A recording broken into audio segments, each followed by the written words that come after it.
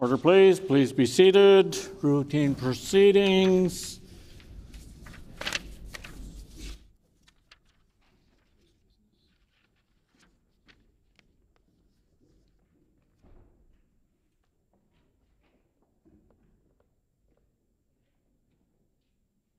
The Honourable Government House Leader. Oh, thank you.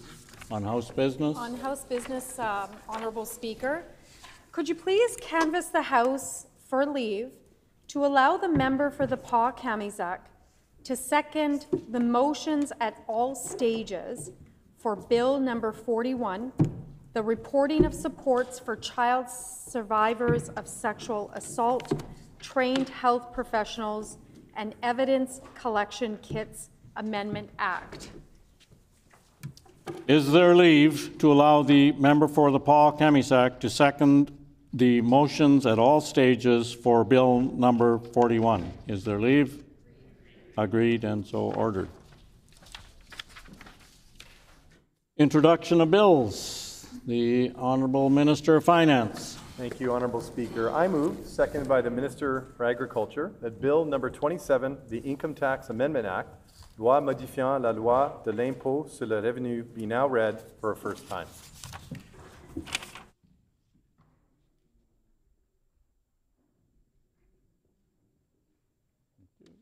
Been moved by the Honourable Minister of Finance, seconded by the Honourable Minister of Agriculture, that Bill number 27, the Income Tax Amendment Act, be now read a first time. The Honourable Minister of Finance. Thank you, Honourable Speaker. I'm very pleased to introduce Bill 27, the Income Tax Amendment Act. The bill makes the cultural industry's printing tax credit permanent, simplifies several formulas used to calculate various tax credits, and removes outdated references to previous taxation years. Thank you, Honourable Speaker. Is it the will of the House to adopt the motion? Agreed, and so ordered. The Honourable Member for Springfield-Rashad. I move, seconded by the member for Interlake Gimli, that Bill number 223, the Official Time Amendment Act 2025, be now read for a first time.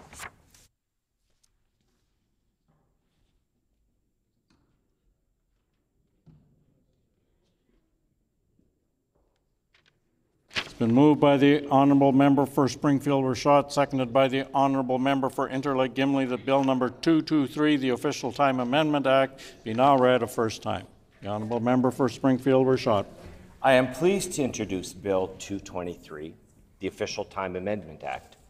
Currently, the Official Time Amendment Act will come into force on proclamation to discontinue the seasonal time change from daylight savings time. This bill will amend the commencement so that it will come into force on March 8th, 2026 instead. Is it the pleasure of the House to adopt the motion? Agreed, and so ordered. The Honourable Minister of Finance. Thank you, Honourable Speaker. I move, seconded by the Minister for Health, Seniors and Long-Term Care, that Bill number 28, the Manitoba Hydro Amendment Act, Loi modifiant la loi sur l'hydro-Manitoba, be now read a first time.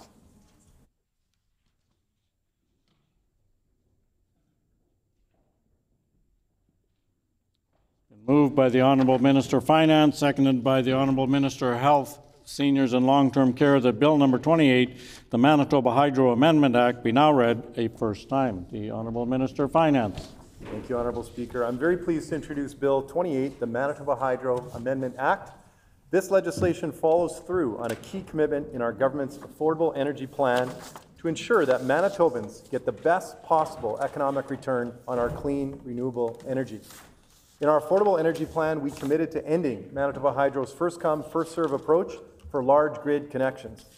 With this legislation, we will create a new framework where large grid connections are prioritized based on the economic benefits provided to Manitoba. Let me put it simply, Manitoba's clean baseload power is one of our greatest economic assets. It's a key natural advantage over other jurisdictions, but for far too long, important economic development opportunities have been stalled by the first-come, first-serve approach.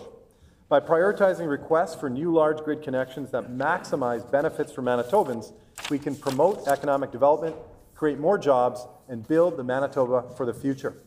Honourable Speaker, I'm very pleased to present this bill to the House for its consideration. Is it the pleasure of the House to adopt the motion? Agreed, and so ordered. The Honourable Minister of Public Service Delivery.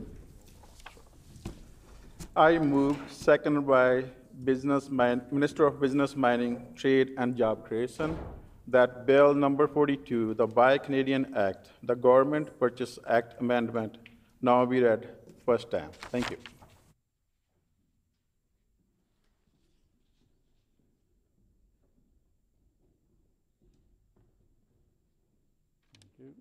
Been moved by the Honourable Minister. Been moved by the Honourable Minister of Public Service Delivery, seconded by the Honourable Minister of Business, Mining, Trade and Job Creation, that Bill number 42, the Buy Canadian Act, Government Purchases Amendment Act, be now read a first time. The Honourable Minister of Public Service Delivery. Honourable Speaker, Canada will never become the 51st state. In light of pressing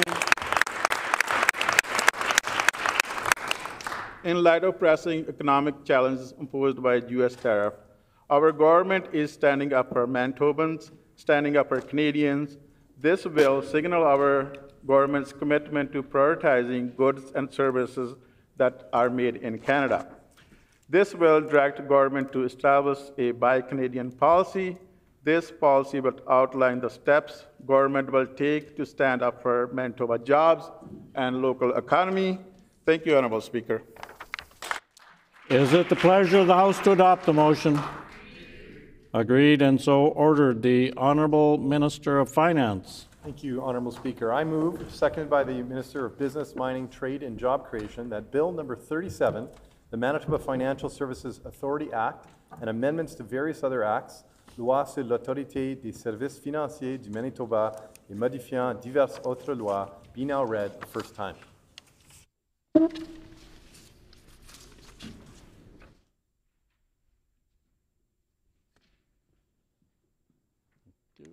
Been moved by the Honourable Minister of Finance, seconded by the Honourable Minister of Business, Mining, Trades and Job Creation, that Bill number 37, the Manitoba Financial Services Authority Act and amendments to various other acts be now read a first time. The Honourable Minister of Finance.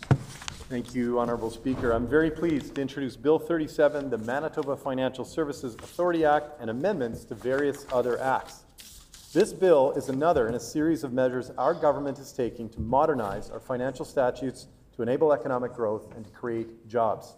This bill will modernize the regulatory structure in Manitoba by reconstituting the Manitoba Financial Services Agency to a board-governed statutory corporation that would formally operate at arm's length from government. Virtually all other provinces have moved in this direction, including British Columbia in 1996, Ontario in 1997, Alberta in 2000, Quebec in 2002, and Saskatchewan in 2012. If we're going to grow our financial services industry in Manitoba, we need a modern regulatory structure, and that's exactly what this bill will deliver. Honourable Speaker, I'm very pleased to present this bill to the House for consideration.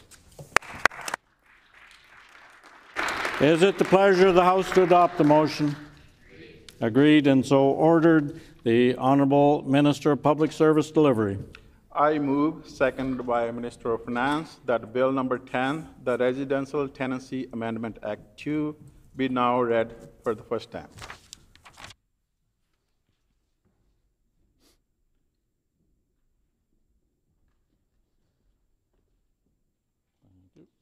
It's been moved by the Honourable Minister of Public Service Delivery, seconded by the Honourable Minister of Finance, that Bill number 10, the Residential Tenancies Amendment Act 2, be now read a first time. The Honourable Minister of Public Service Delivery.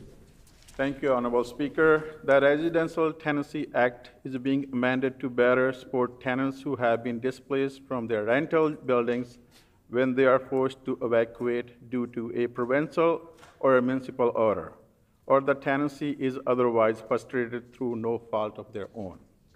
The bill represents the first step in government's commitment and mandate to review the Residential Tenancy Act to strengthen renters' rights and protect affordable housing in the province. Thank you, Honourable Speaker. Is it the pleasure of the House to adopt the motion? Agreed and so ordered. The Honorable Minister of Public Service Delivery. I move, seconded by the Minister of Education and Early Childhood Learning, that Bill number 25, the Public-Private Partnership Transparency and Accountability Act, be now read first time.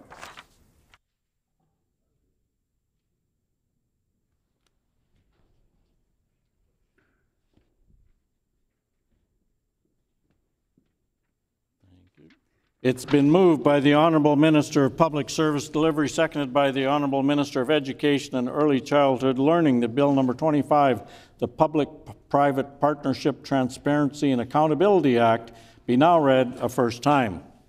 The Honorable Minister of Public Service Delivery. Thank you, Honorable Speaker. It is my great pleasure to rise today to introduce the Public-Private Partnership Transparency and Accountability Act. The purpose of this bill is to increase transparency and accountability to Manitobans when public sector is selected as a public-private partnership procurement model, also known as P3. This will ensure that benefit be evaluated, made public to keep the government accountable. This will ensure accountability and transparency of all P3 capital projects. These steps include the following: conducting a preliminary analysis before initiating procurement process for major capital projects, conducting public consultation to provide reasonable opportunity for a member of the public to comment on the project, engaging an external consultant to act as the fairness monitor for the project, providing a public report on the result of the project, and ensuring there is no conflict of interest. Our government is committed to ensuring that public sector assets are always owned by the Manitobans. Thank you, Honorable Speaker.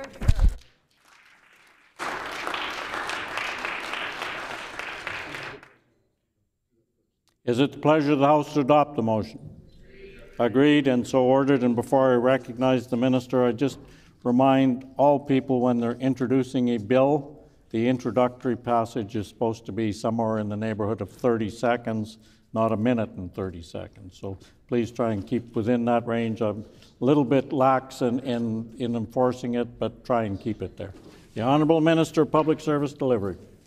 Thank you, Honorable Speaker. I move, seconded by the Minister of Transportation and Infrastructure, that Bill 26, the Vital Statistics Amendment Act, be now read for the first time.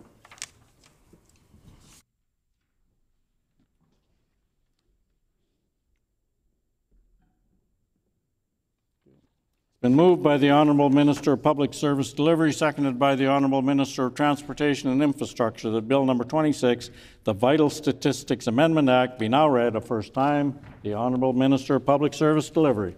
Thank you, Honorable Speaker. The Vital Statistics Act is being amended to remove the need for supporting letter from a healthcare professional for applicants aged 18 years and older who want to change their sex designation. The bill represents our government's commitment to support right of gender-diverse person and to advocate for the rights of self-expression and identification for all Manitobans. Thank you, Honorable Speaker. Is it the pleasure of the House to adopt the motion? Agreed and so ordered. The Honorable Minister of Public Service Delivery. Thank you, Honorable Speaker. I move, seconded by Minister of Environment and Climate Change, that Bill 31, the Property Control and Grocery Store and Supermarket Act, various acts amended, be now read for the first time.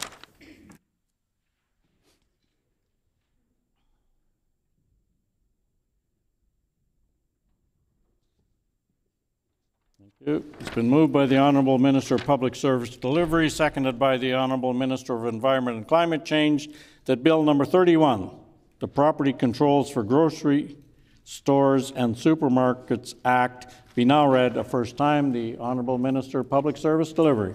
Thank you, Honorable Speaker. Our government promised to eliminate restrictive covenants that drive up grocery prices. This will amend the Law of Property Act, Real Property Act, and Municipal Board Act to stop the use of property control in ownership and leasing agreements.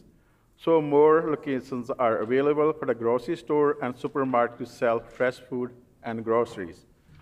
More competition in the grocery industry is expected to increase access to food for sale and make life more affordable for Manitobans. Thank you, Honorable Speaker. Is it the pleasure of the House to adopt the motion? Agreed and so ordered. The honourable member for Fort Garry.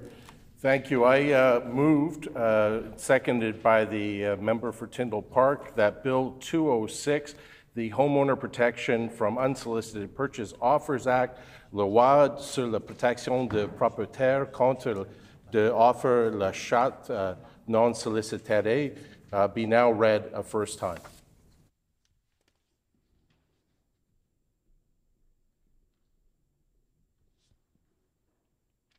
Moved by the honourable member for Fort Garry, seconded by the honourable member for Tyndall Park, that Bill number 206, the Homeowner Protection from Unsolicited Purchases Offer Act, be now read a first time. The honourable member for Fort Garry. I'm pleased to reintroduce the Homeowner Protection from Unsolicited Purchase Offers Act, which strengthens protections for Manitobans homeowners by curbing aggressive real estate wholesaling practices that target vulnerable individuals. This bill introduces clear, enforceable safeguards to protect homeowners. It establishes an opt-out registry allowing homeowners to refuse unsolicited offers altogether. It mandates full disclosure of homeowner rights and sale conditions, ensuring transparency in the process. It also requires homeowners to be represented by licensed realtors at the buyer's expense so that they receive professional guidance before making any decisions. Finally, it grants homeowners a 30-day cooling-off period, allowing them to reverse any sale without penalty, and I look forward to the passage of this bill. Thank you. Is it the pleasure of the House to adopt the motion? Agreed and so ordered. The Honourable Minister of Education and Early Childhood Learning. Thank you, Honourable Speaker. I move, seconded by the Minister of Advanced Education and Training, that Bill number 17, the Public Schools Amendment Act, Nutrition, Equality for Lasting Learning Outcomes, Loi modifiant la loi sur les écoles publiques, équité élémentaire pour un apprentissage durable, now be read for a first time. Hear, hear.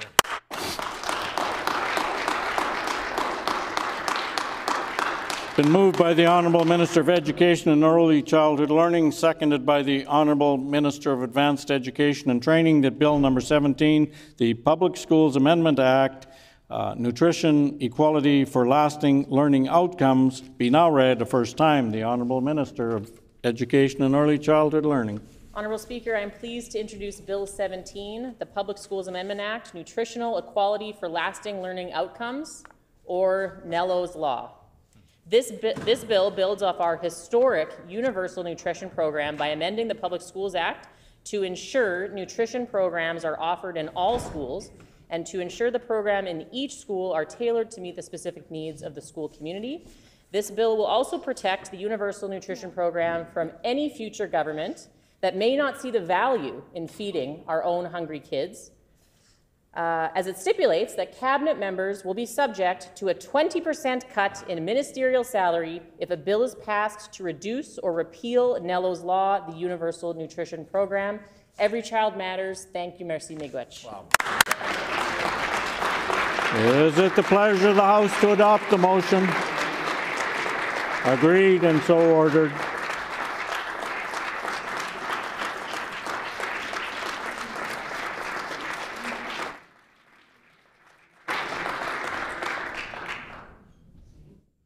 The Honourable Minister of Education and Early Childhood Learning. Thank you, Honourable Minister. I move, seconded by the Minister of Advanced Education and Training, that Bill number 18, the Public Schools Amendment Act, Indigenous Languages of Instruction, Loi modifiant la loi sur les écoles publiques, enseignement en langue autochtone, be now read for a first time.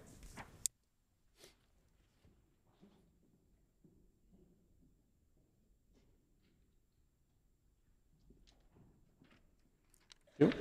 It's been moved by the Honourable Minister of Education and Early Childhood Learning, seconded by the Honourable Minister of Advanced Education and Training, that Bill number 18, the Public Schools Amendment Act, Indigenous Languages of Instruction, be now read a first time. The Honourable Minister of Education and Early Childhood Learning. Thank you, Honourable Speaker. I'm pleased to introduce Bill 18, the Public Schools Amendment Act. Currently, the Public Schools Act only allows for French and English to be taught as the primary languages of instruction. meaning other languages cannot be taught for over 50% of the school day. This bill amends the Public Schools Act to allow for Indigenous languages, including Cree, Dakota, Dene, Inuktitut, Michif, Ojibwe, and Ojibwe Cree to be used as a primary instructional language. Amending the PSA to allow for the creation of Indigenous language immersion programs is one way that our government is taking action to preserve and revitalize Indigenous languages and helps us on our way to meeting the Truth and Reconciliation Commission's call to action number 14. Every child matters. Thank you, merci miigwech. Adopt the motion. Adopt the motion. Agreed and so ordered. The Honourable Minister of Education and Early Childhood Learning. Thank you, Honourable Speaker. I move, seconded by the Minister of Business, Jobs, Trade, Mining, Job Creation, you got it, that Bill number 19, the Public Schools Amendment Act, Safe Schools, Loi modifiant la loi sur les écoles publiques, milieux scolaires sûrs, now be read for a first time.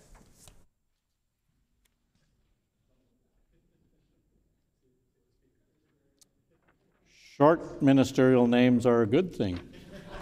It has been moved by the Honourable Minister of Education and Early Childhood Learning, seconded by the Honourable Minister of Business, Mining, Trade and Job Creation, that Bill number 19, the Public Schools Amendment Act, Safe Schools, be now read a first time.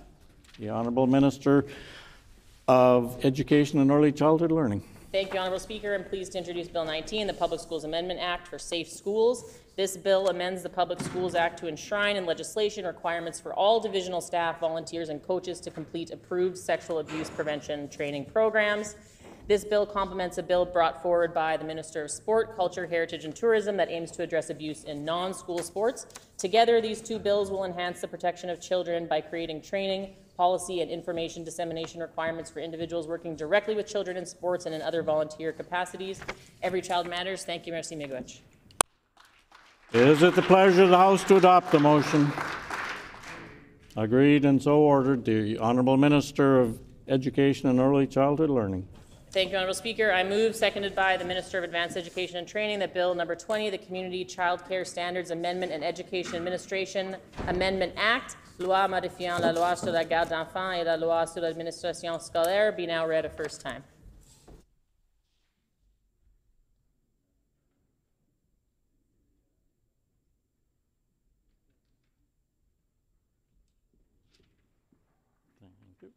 And moved by the Honourable Minister of Education and Early Childhood Learning, seconded by the Honourable Minister of Advanced Education and Training, that Bill number 20, the Community Child Care Standards Amendment and Education Administration Amendment Act, be now read a first time. The Honourable Minister of Education and Early Childhood Learning. Thank you, Honourable Speaker. I'm pleased to introduce Bill 20, the Community Child Care Standards Amendment and Education Administration Amendment Act. This bill requires the Department to establish a First Nations, Inuit, and Métis policy framework for both the K-12 and the early childhood learning sectors. First Nations, Inuit, and Métis policy frameworks will ensure all Manitoba children are educated about colonial history, treaties, and the contributions of First Nations, Inuit, and Métis people and the path to truth and reconciliation. The introduction of this bill demonstrates our government's commitment to advancing the TRC's education-related calls to action. Every child matters. Thank you, merci miigwech. Is it the pleasure of the House to adopt the motion?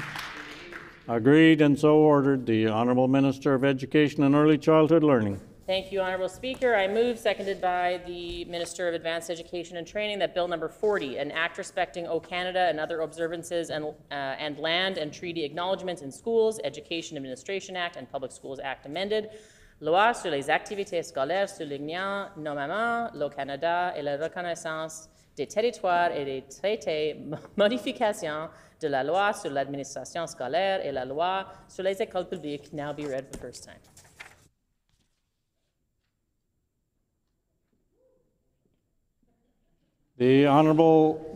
It's been moved by the Honourable Minister of Education and Early Childhood Learning, seconded by the Honourable Minister of Advanced Education and Training, that Bill number 40, an act respecting O Canada and other observances and land treaty acknowledgement in schools, Education Administration Act and Public Schools Act amended, be now read a first time. The Honourable Minister of Education and Early Childhood Learning. Thank you, Honourable Speaker. I'm pleased to introduce Bill 40, an act respecting O Canada and other observances and land and treaty acknowledgements in Schools, Education Administration Act, Public Schools Act amended. This bill amends the Public Schools Act to remove provisions respecting religious exercises that were found unconstitutional by the Court of King's Bench in 1992.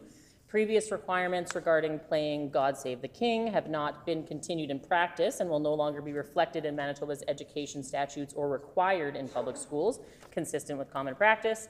This bill also introduces a requirement that school boards establish and implement a written policy respecting land acknowledgements and treaty acknowledgements. Every child matters. Thank you, merci miigwech. Is it the pleasure of the House to adopt the motion? Agreed and so ordered. The Honourable Minister of Education and Early Childhood Learning. Thank you, Honourable Speaker. I move, seconded by the Minister of Environment and Climate Change, that Bill number 39, the Public Schools Amendment Act, Campaign Financing for School Trustees, Loi modifiant la loi sur les écoles publiques, financement des campagnes électorales pour les élections scolaires, now be read a first time.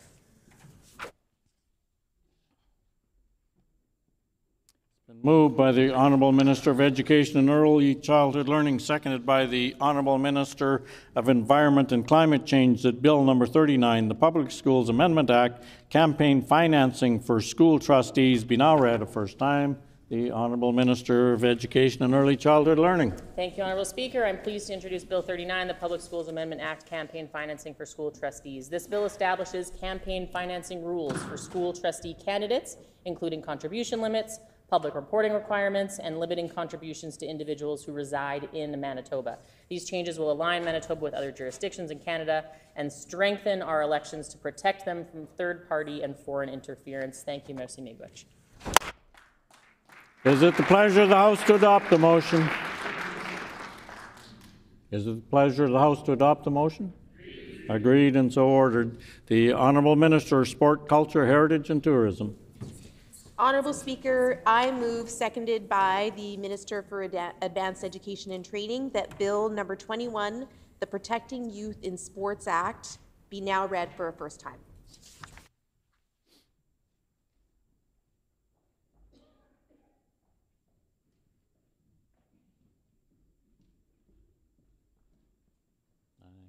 It's been moved by the Honourable Minister of Sports, the Honourable Minister of Sport, Culture, Heritage and Tourism, that Bill number 21, the Protecting Youth in Sports Act, be now read a first time. The Honourable Minister of Sport, Culture, Heritage and Tourism. Thank you, Honourable Speaker. I am pleased to be here today to introduce Bill 21, the Protecting Youth in Sports Act. The bill requires sports organizations to adopt, maintain, and apply safe sport policies and training for all. In addition, it establishes a third-party review and disciplinary mechanism for any complaints of maltreatment against a young athlete. This bill furthers our government's commitment to a safe and equitable sports system, free from racism, where every child knows they have the right to play. Thank you, Honourable Speaker. Is it the pleasure of the House to adopt the motion? Agreed and so ordered. The Honourable Minister of Environment and Climate Change. Honourable Speaker, I move, seconded by the Minister of Transportation and Infrastructure, that Bill 22, the Environmental Amendment and Waste Reduction and Prevention Amendment Act, be now read a first time.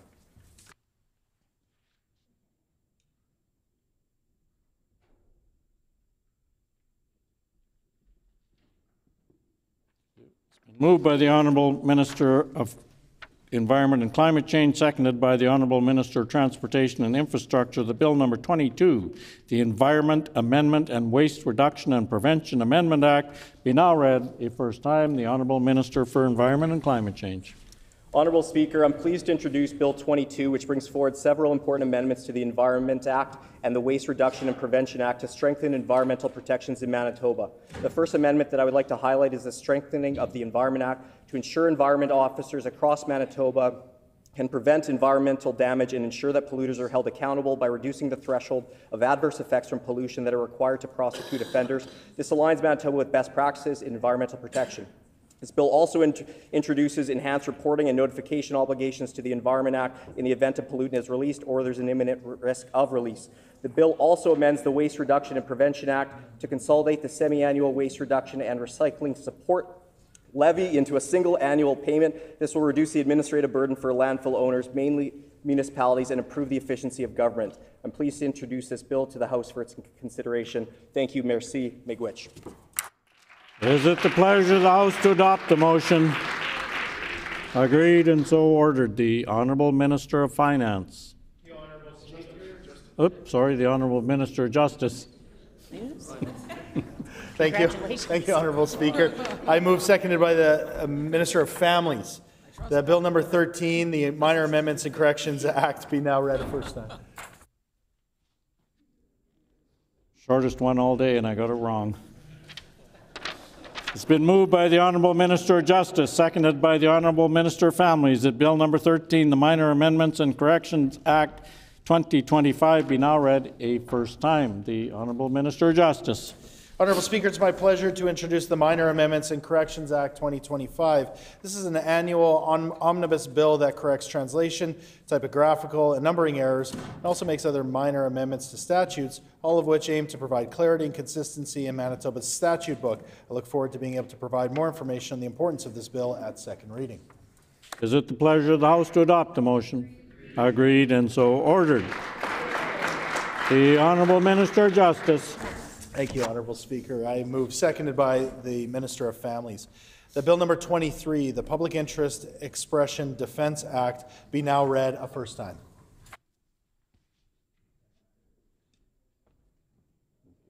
Moved by the Honourable Minister of Justice, seconded by the Honourable Minister of Families, that Bill number 23, the Public Interest Expression Defence Act, be now read a first time. The Honourable Minister of Justice.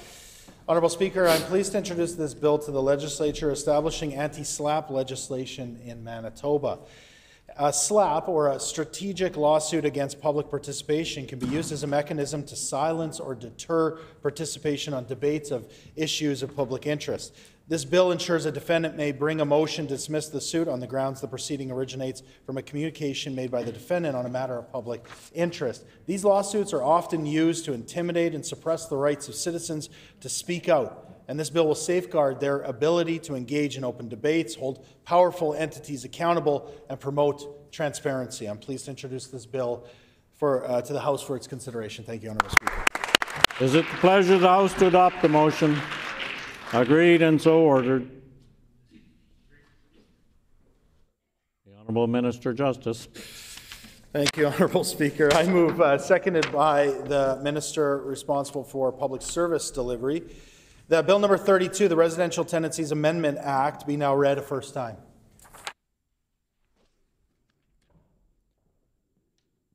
Been moved by the Honourable Minister of Justice, seconded by the Honourable Minister of Public Service Delivery, that Bill number 32, the Residential Tenancies Amendment Act, measures to address unlawful activities, be now read for a first time. The Honourable Minister of Justice.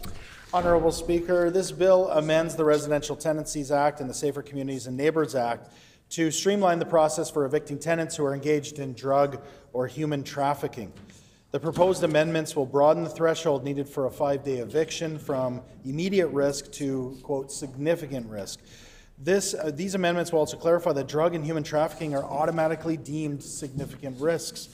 Bill 32 will outline the type of information that the Residential Tenancies Branch may consider when determining whether to grant an order of possession due to unlawful activity by the tenant. And finally, Bill 32 clarifies that investigators from the Public Safety Investigations Unit can present evidence as part of a Residential Tenancies Act proceeding regarding the unlawful activity by a tenant. Honourable Speaker, I'm pleased to introduce this bill and look forward to its consideration. Is it the pleasure of the House to adopt the motion?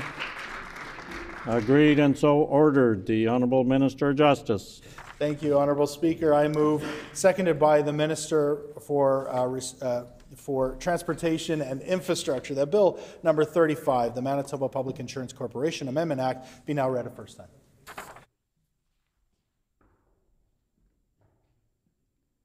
Moved by the Honourable Minister of Justice, seconded by the Honourable Minister of Transportation and Infrastructure, that Bill number 35, the Manitoba Public Insurance Corporation Amendment Act, be now read a first time. The Honourable Minister of Justice.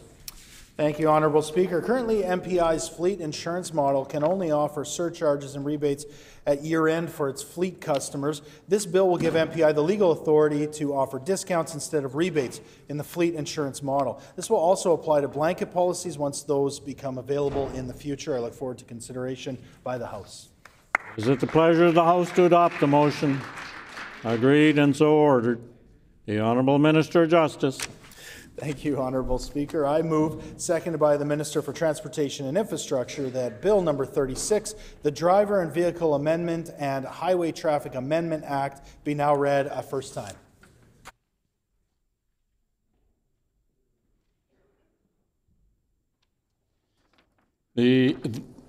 It's been moved by the Honourable Minister of Justice, seconded by the Honourable Minister of Transportation and Infrastructure, that Bill number 36, the Drivers and Vehicles Amendment and Highway Traffic Amendment Act, be now read a first time. The Honourable Minister of Justice. Thank you, Honourable Speaker. This legislation makes several improvements with respect to MPI services and road safety. It will enable MPI to bring charges against vehicle inspection stations that are involved in fraudulent inspections. It will expand the types of information that can be disclosed by an online tool, which MPI is building for stakeholders to check the validity of a driver's license. And it clarifies several other provisions and repeals obsolete requirements related to driver licensing and suspensions. I look forward to consideration by the House. Is it the pleasure of the House to adopt the motion? Agreed and so ordered. The Honourable Minister of Justice. Thank you, Honourable Speaker. I move, seconded by the Minister of Families, that Bill number 30, the Election Financing Amendment Act and Elections Amendment Act, be now read a first time.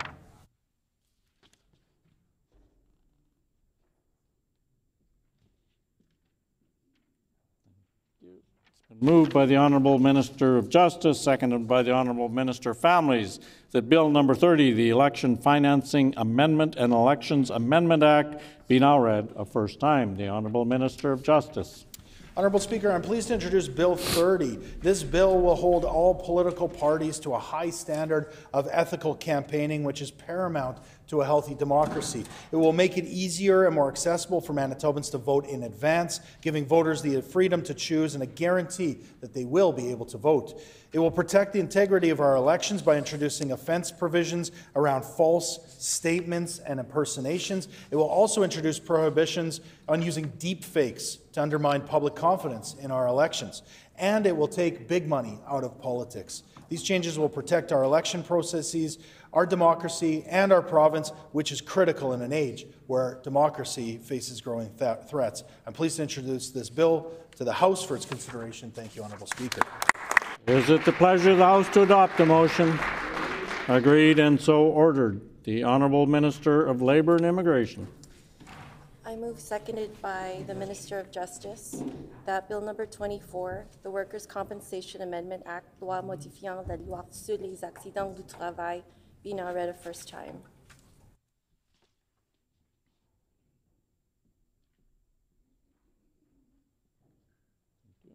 Been moved by the Honourable Minister of Labour and Immigration, seconded by the Honourable Minister of Justice, that Bill number 24, the Workers' Compensation Amendment Act, be now read a first time. The Honourable Minister of Labour and Immigration.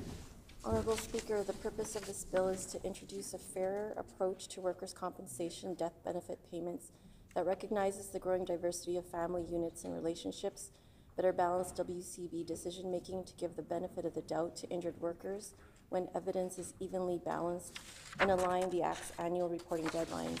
I'm pleased to present this bill to the House for its consideration. Thank you, Honourable Speaker.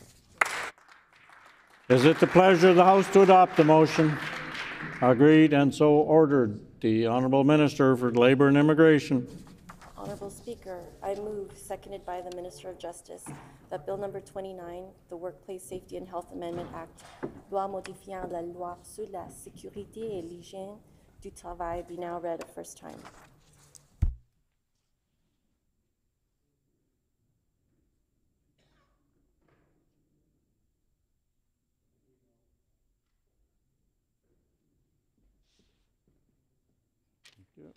Been moved by the Honourable Minister of Labour and Immigration, seconded by the Honourable Minister of Justice, that Bill number 21, the Workplace Safety and Health Amendment Act, be now, that Bill number 29, the Workplace Safety and Health Amendment Act be now read a first time. The Honourable Minister for Labour and Immigration.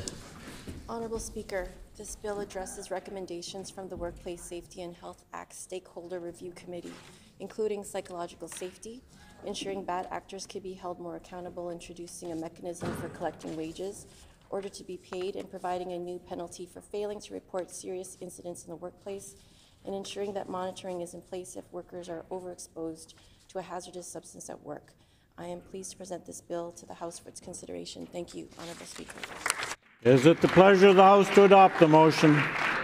Agreed and so ordered. The Honourable Minister of Health, Seniors and Long-Term Care. Thank you, Honourable Speaker. I move, seconded by the Minister of Justice, that Bill number 33, the Public Health Amendment Act, loi modifiant la loi sur la santé publique, be now read a first time.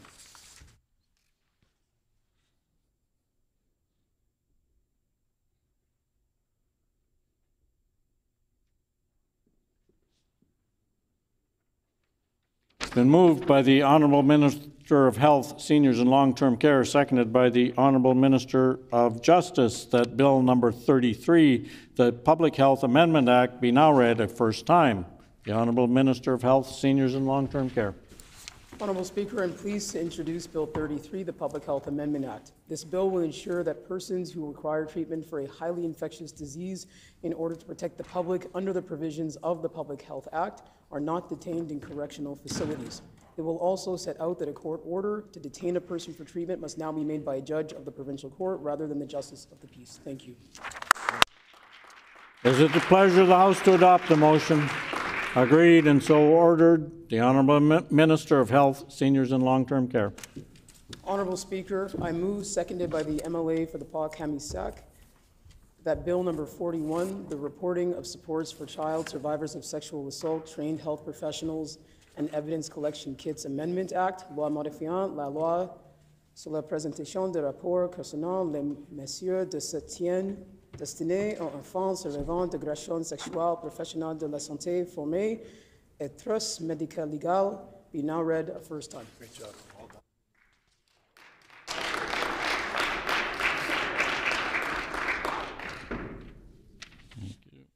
Been moved by the Honourable Minister of Health, Seniors and Long-Term Care, seconded by the Honourable Member for the Pas-Camissac, that Bill number 41, the Reporting of Supports for Child Survivors of Sexual Assault, Trained Health Professionals and Evidence Collection Kits Amendment Act, be now read a first time. The Honourable Minister of Health, Seniors and Long-Term Care. Speaker, I'm pleased to introduce Bill 41, the Reporting of Supports for Child Survivors of Sexual Assault, Trained Health Professionals, and Evidence Collection Kits Amendment Act. This bill will require the Minister to report to the Assembly annually on the number of children under the age of 15 that are assessed by specifically trained health professionals instead of reporting the inventory numbers of sexual assault evidence kits. The title of the act will also be changed to the Reporting of Supports for Child Survivors of Sexual Assault Act, Trained Health Professionals, and Patient Assessments. I would like to recognize the member for the Pas-Camissac for her work in creating this important bill and thank her for her tireless efforts to protect children, especially in northern Manitoba. Thank you. Is it the pleasure of the House to adopt the motion? Agreed and so ordered. The Honourable Minister of Transportation and Infrastructure. Thank you, Honourable Speaker. I move, seconded by the Minister of Justice, that Bill number 34, the Highway Traffic Amendment Act, Motor Carrier Enforcement, be now read a first time.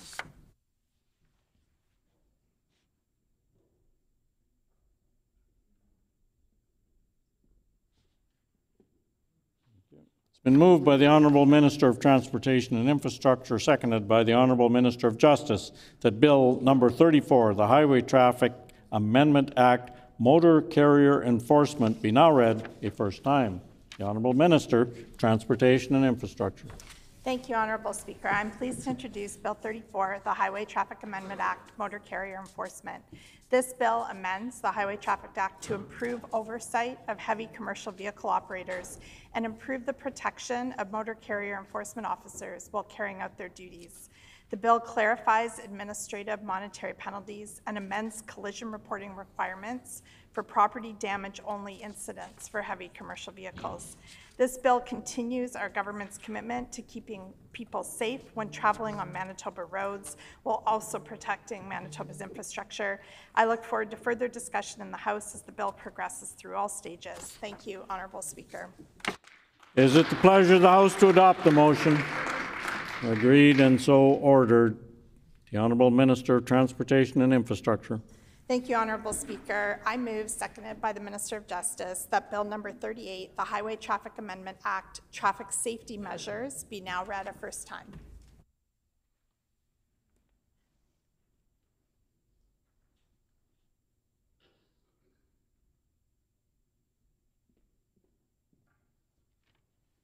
Been moved by the Honourable Minister of Transportation and Infrastructure, seconded by the Honourable Minister of Justice, that Bill number 38, the Highway Traffic Act Amendment, Traffic Safety Measures, be now read a first time. The Honourable Minister of Transportation and Infrastructure. Thank you, Honourable Speaker. I am pleased to introduce Bill 38, the Highway Traffic Amendment Act, Traffic Safety Measures. This bill amends the Highway Traffic Act to increase the safety of all road users. It enables tow truck drivers to create safe work zones and clarifies for drivers when it is safe to pass snowplows and cyclists. This bill supports government's commitment to safety. All Manitobans should return home at night, regardless of the vehicle they are operating or what job they are doing. I look forward to further discussion in the House as this bill progresses through all stages. Thank you, Honourable Speaker. Is it the pleasure of the House to adopt the motion? Agreed and so ordered. Any further introduction of bills? Seeing none, we'll move on to committee reports. The Honourable Member for Borderland. Honourable Speaker, I wish to present the second report of the Standing Committee on Public Accounts.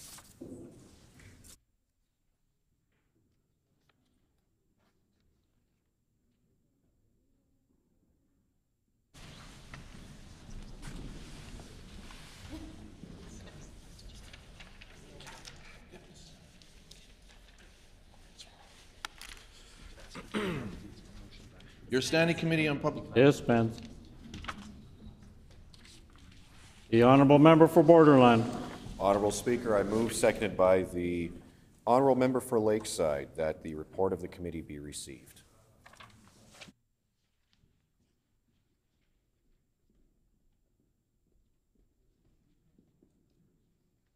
It's been moved by the Honourable Member for Borderland, seconded by the Honourable Member for Lakeside, that the report of the committee be received.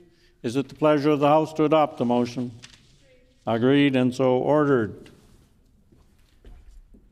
Tabling of reports. Ministerial statements. The Honourable Minister of Families. Miigwech, Honourable Speaker. For generations, politics has been the domain of men. In Canada's House of Commons, only 103 out of 338 seats are currently held by women or gender diverse peoples. In 151 years, the City of Winnipeg has seen 456 men elected as mayor or city councillors. Only 33 have held council seats, and just one woman has ever been elected as mayor. Since 1870, our own Manitoba Legislative Assembly has seen the election of 801 men, 77 women, 1 non-binary person, and 1 trans man. In 2025, all of these stats aren't great. This isn't because we aren't adept or accomplished or savvy or skilled or capable. It's because historically, these very systems and spaces have been constructed to keep us out. But now more than ever, we need women and gender diverse peoples to run for office, to take their rightful place at decision-making tables. This isn't just about representation. It's about ensuring our rights, our bodies, and our futures are not dictated by men who would seek to control us. We need our voices in legislative chambers, city halls, parliaments, and now more than ever in both the US Congress and Senate. Voices that will stand up for reproductive rights, for gender equality, for trans rights, for justice, and as a reckoning force against fascism and oligarchy. And if you're thinking, I'm not qualified, I could never run, I ask you to consider this. Since I was first elected in 2016, Manitoba PC caucus members, predominantly men, have denied abortion rights, with many of them not even capable of saying the word abortion. They've embraced anti-vaxxers, stood in this House voting against the rights of two-spirited and trans Manitobans, legislated away the rights of Indigenous children, and are presently courting the leadership of the member for Fort White, who proudly led an attack on trans children, And my personal favorite, campaigned on the murders of Indigenous women. Every day we see more regressive and oppressive laws coming out of the US, some of them calling for the literal death of women who access abortion, or as of a couple of weeks ago, women who miscarry.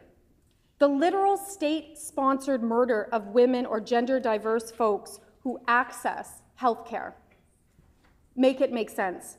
So I'm not calling for an election of women as ardent, faithful foot soldiers of patriarchy, standing silently in collusion beside their male colleagues as our rights are stripped away from us. We need leaders, fierce, bold, and unapologetic, who will fight for what's right. Right now, patriarchy is fighting for its very life. It would have us believe that we are powerless and that we should just give up and shut up. But we cannot. I will not. We must not. So my message for this International Women's Day: we must run, we must win, and we must lead. Because when women do, women change the world. That's right. As Black American writer, intersectional feminist, and civil rights activist Audre Lorde expressed, and I quote, "I am not free while any woman is unfree, even if her shackles are very different from my own," end quote. I wish all women here in Manitoba and Canada, but especially women in the US, a happy International Women's Day. Miigwech.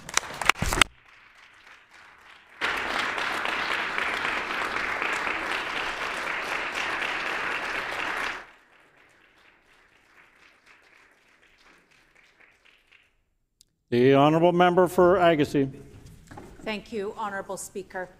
Today I rise to recognize and celebrate International Women's Day, a day dedicated to recognizing the achievements of women, raising awareness about ongoing discrimination, and taking action to forge a future of gender parity. This year's theme, Accelerate Action, serves as a powerful reminder that while progress has been made, there is still much work to be done. The world that we want to live in is a world free of bias, stereotypes, and discrimination. One that is diverse, equitable, and inclusive, where difference is valued and celebrated. Together we can make this vision a reality. Since its inception in 1911, International Women's Day has belonged to all of those who care about gender equality, and today we affirm our commitment to this cause. To be on a track of Accelerate Action means to be taking swift and decisive steps to breaking down systemic barriers that hinder women's advancement. It means actively supporting women's economic empowerment, increasing opportunities in leadership and decision-making, expanding access to quality education and training, and ensuring women and girls have the resources they need to thrive in business, STEM, sports, and the arts. These actions are not just about fairness. They drive innovation, support economic growth, and build a sustainable future for all. As we reflect on history, we must acknowledge the trailblazers who have paved the way. Manitoba holds a special place in Canada's journey toward gender equality. It was here that women, led by Nellie McClung and the Political Equality League, first gained the right to vote in provincial elections. Their courage and determination were the catalyst for change, making it possible for those who were disenfranchised and excluded to be heard loudly from outside the halls that had long ignored their voices. Indeed, gender equality is not the responsibility of women alone. It is a collective effort that requires all of us to take meaningful action. Let us use this day as a day to call to action. Let us accelerate our efforts to dismantle barriers, to support and uplift women in all fields, and to create a world where gender does not determine one's opportunities or successes. Together, we can forge a future where equality is not just an aspiration, but a reality. To the young women and girls of Manitoba, your dreams matter. Your potential is limitless. You stand on the shoulder of trailblazers who fought for change, and now it's your turn to shape the future. Believe in yourself, embrace your strengths, cultivate and feed your ambitions. While barriers may have a say in how you get there, they do not have to define where or when you arrive. The world needs your ideas, your leadership, and your passion. Keep pushing forward because your future is bright, and we are cheering for you every step of the way. Happy International Women's Day.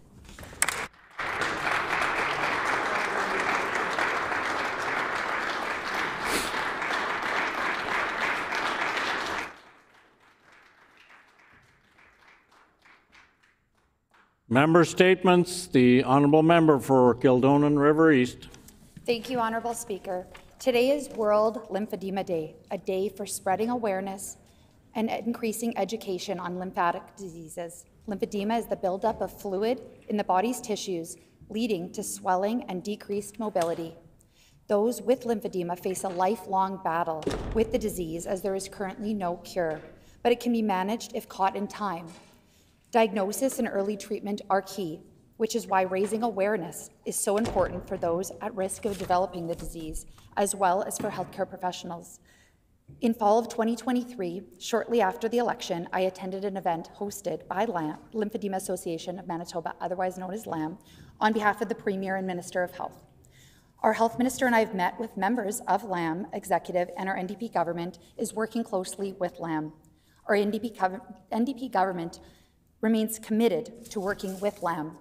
LAM is a nonprofit organization dedicated to spreading awareness and providing education on lymphedema awareness here in Manitoba. Their support for those at risk of developing lymphedema and those living with the disease is invaluable. With a patient-first approach, the organization has tirelessly advocated for better access to lymphedema resources and services for those more patients can get care that they need to manage this disease. Their commitment to improving the lives of those living with lymphedema is truly inspiring. Please join me in thanking the Lymphedema Association of Manitoba for their fierce advocacy on World Lymphedema Day and every day. Let's continue to support those living with lymphedema. Thank you.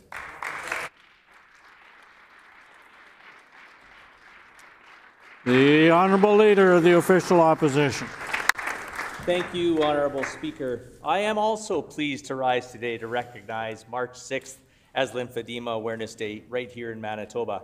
All members will know that Lymphedema Awareness Day was proclaimed in 2014 with unanimous consent in the Manitoba Legislature as private member's bill that I put forth, declaring March 6th each year as Lymphedema Awareness Day. 11 years later, bringing attention and awareness of lymphedema in Manitoba continues to be a highlight of mine and to those in the lymphedema community.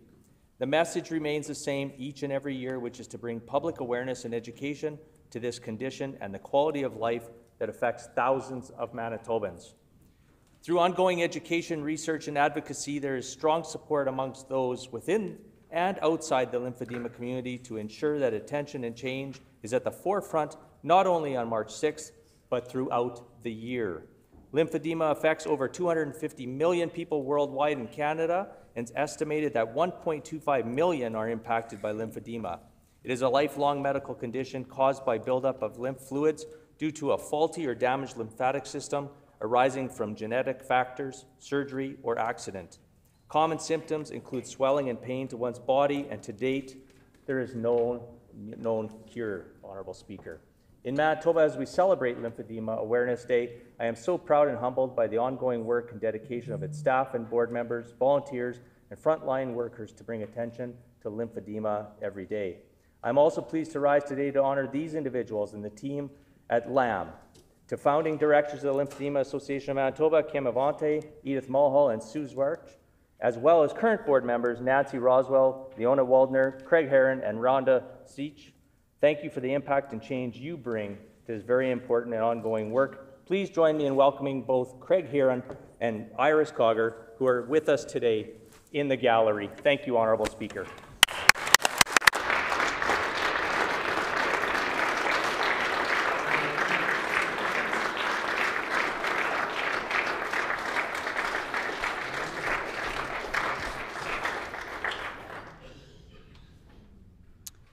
The Honourable Minister of Advanced Education and Training. Thank you, Honourable Speaker. Today, in honour of International Women's Day, I rise to recognize some of the many women who've left an indelible mark on our community. When we explore the history of our neighbourhoods, it's evident that women played an integral role in shaping them. Back when Southdale and Windsor Park lacked some essential services, the Winnequa Community Club emerged as the heart of social life, providing a space where women could gather, support one another, and foster a sense of community. Another notable example was the Cottonwood Beauty Salon. This shop was more than just a place to get a haircut. It was a hub where women could connect, share stories, and support each other's ventures. One of our most beloved figures was Mrs. Wyde, the Windsor Park librarian. We are joined in the gallery today by her daughter, Penny. Brenda Wyde, a lifelong avid reader, dedicated 24 years to our local library. Her kindness, proper manners, and unwavering dedication made her a pillar of our community. Her legacy lives on in the stories and fond memories shared by many, and to this day, her children encounter people who remember Mrs. Wyde from the library, or the lady with the English accent from the library. Brenda Wyde retired in 1993 and passed away in 2013. We also remember Mrs. Fisher, a perennial volunteer at the community center, and Darlene Ringer, who served as convener for Tom Thumb Hockey at Winnequa and president of the St. Boniface Warriors Football Club in the late 1970s. Darlene's outstanding volunteer work was recognized by both Football Manitoba and Football Canada. Her contributions were immense, from stitching name tags on uniforms to her many presidential duties. These are just a few of the women who were the backbone of Southdale and Windsor Park, and their legacies continue to inspire us. Today and every day, let us celebrate the immense contributions of women everywhere. Thank you.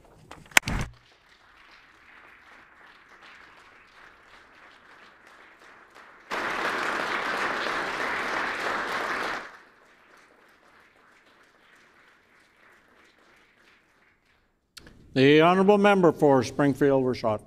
Opening a new book for the first time always feels special, especially when we take the time to read with children and step into worlds beyond our own. As Dr. Seuss says, the more you read, the more things you will know. The more you learn, the more places you will go.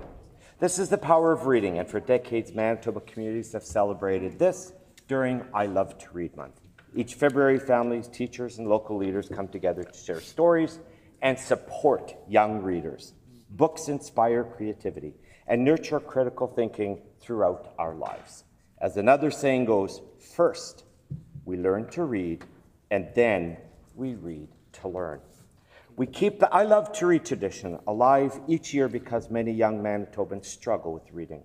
National and international assessments show us that they often fall behind their peers across Canada and the world. This is why it's more important than ever to invest in reading education and ensure students have the tools they need for personal growth and success. This starts at home when families read together and encourage children to put down your phones and pick up a book instead.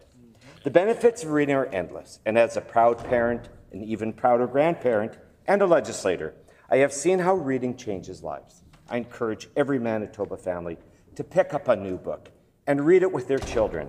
The stories we share with them today will be the stories they share with others tomorrow. In fact, this year, I Love to Read Month will spill over into March.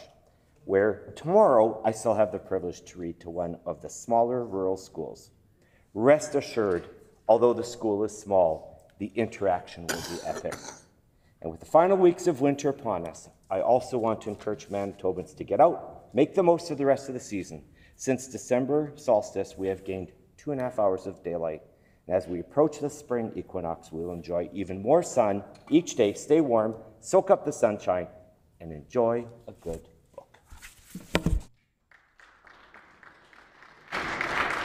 The honourable member for Tuxedo. Thank you, Honourable Speaker.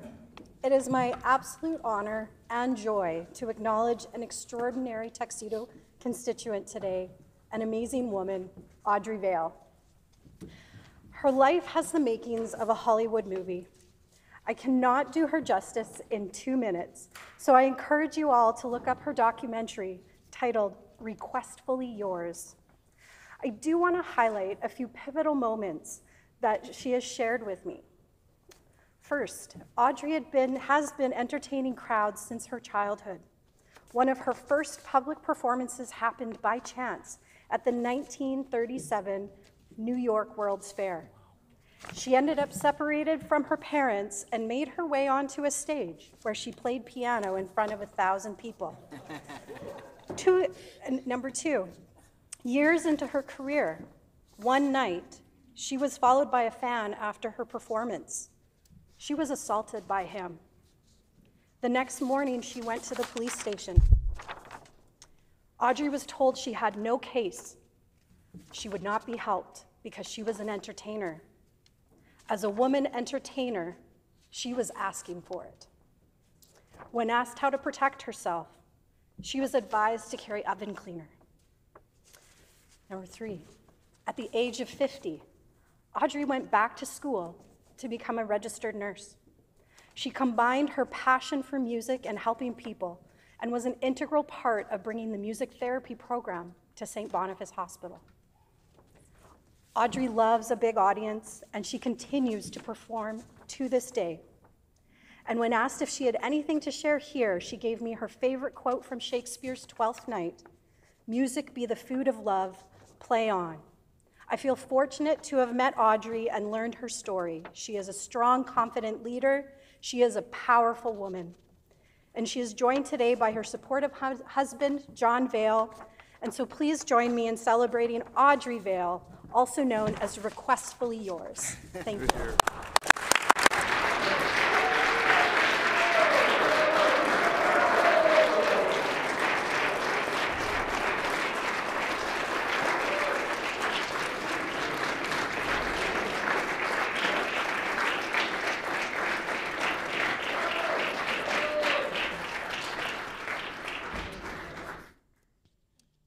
The Honourable Opposition House Leader. On House business. Okay, Honourable Opposition House Leader on House business. Honourable Speaker, pursuant to Rule 34(8), I'm announcing that the private member's resolution to be considered on next Thursday of private members' business will be one put forward by the Honourable Member for Midland. The title of the resolution is Provincial Government Job-Destroying Payroll Taxes. It has been announced that pursuant to Rule 34(8), that the private member's resolution to be considered on the next Thursday of private members' business will be the one put forward by the Honourable Member for Midland. The title of the resolution is Provincial Government Job-Destroying Payroll Taxes. Before we move on to oral questions, there are some guests in the building I'd like to introduce. First off, joining us in the loge to my right is, joining us today is Mr. Brent Blakely, who is a member of the Legislative Assembly of Saskatchewan, representing the constituency of Regina-Wascana Plains. Mr. Blakely is the guest of the Honourable Member for Lodge-Modier. We welcome you here today.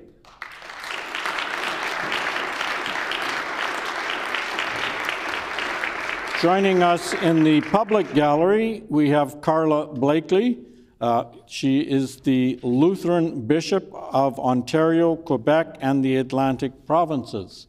And we welcome you here today as well. And although these guests may have already been introduced, I'd like to reintroduce them, draw people's attention to the public gallery where we have with us today Audrey Vale, John Vale, Jeanette Wright, and Barand Otte, who are the guests of the Honourable Member for Tuxedo. On behalf of all Honourable Members, we welcome you here today.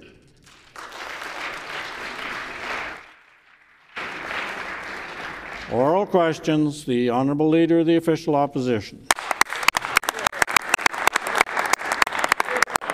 Thank you, Honourable Speaker. Honourable Speaker, the Premier stated on numerous occasions that he's been preparing for 17 months for the Trump administration and his tariffs and anything else that President Trump was going to throw at him. Well, so far today, Honourable Speaker, nada, zilch, nothing from this Premier and any action on any plan. Besides no Coors Light, 90-day deferral, and wrapping himself in a Canadian flag, the Premier has so far kept details of Manitoba's potential plan to tariffs a secret. The Premier has promised to support businesses and individuals hurt by tariffs, but refuses to tell them how. Will the Premier table his plan to protect consumers and businesses from tariffs today? The Honourable First Minister. A reprieve until April 2nd is not good enough. We cannot live as Manitobans with a persistent threat of Donald Trump's tariff tax, and so our countermeasures will remain. And while Donald Trump might be trying to look for an off-ramp and talking about April 2nd, for the time being, American booze will stay off the Liquor Mart shelves. We're standing up for Canada. We're standing up for Manitoba. At the same time, we're standing up for your jobs. And so the tax deferrals will also stay in place. We know that this is an important time for us all to rally together around the flag. Well, almost all of us know that. Well, the other members on the opposition benches rally around somebody who said thank you to Donald Trump's tariffs. We are instead rallying around the maple leaf, and we're insisting that all threats of tariffs be dropped so that Canada can remain the true north, strong and free, a country we all love. The Honourable Leader of the Official Opposition on a secondary question. Thank you, Honourable Speaker. And once again, more fiction coming from this Premier, and it would really be good if the Premier for a change would answer some questions. Premier spent tens of thousands of dollars taking his entourage to Washington. He assured Manitobans that he would be getting a face-to-face time with President Trump to discuss tariffs and trade. Other than some TikTok clips, it appears the Premier accomplished little else in Washington. No meeting with the President, no meeting with Vice President Vance. Local reports noted President Trump basically sent a couple of staffers to meet with our Premier. Within days of the Premier's hastily arranged meetings in Washington, Trump was imposing tariffs. What exactly did the Premier accomplish other than a few days away? Spending money The Honourable First Minister. Turn on the news. You know, time was members opposite respected Doug Burgum. I seem to remember a former PC Premier giving him the Order of the Buffalo Hunt. Seemed like that was a big deal at the time. Yeah. Well, now that Mr. Burgum is a part of the Trump administration, I thought it was important to take a meeting with him. Right. We had a productive conversation. We talked about baseload power, we talked about energy, and we talked about working together across the Canada-U.S. border.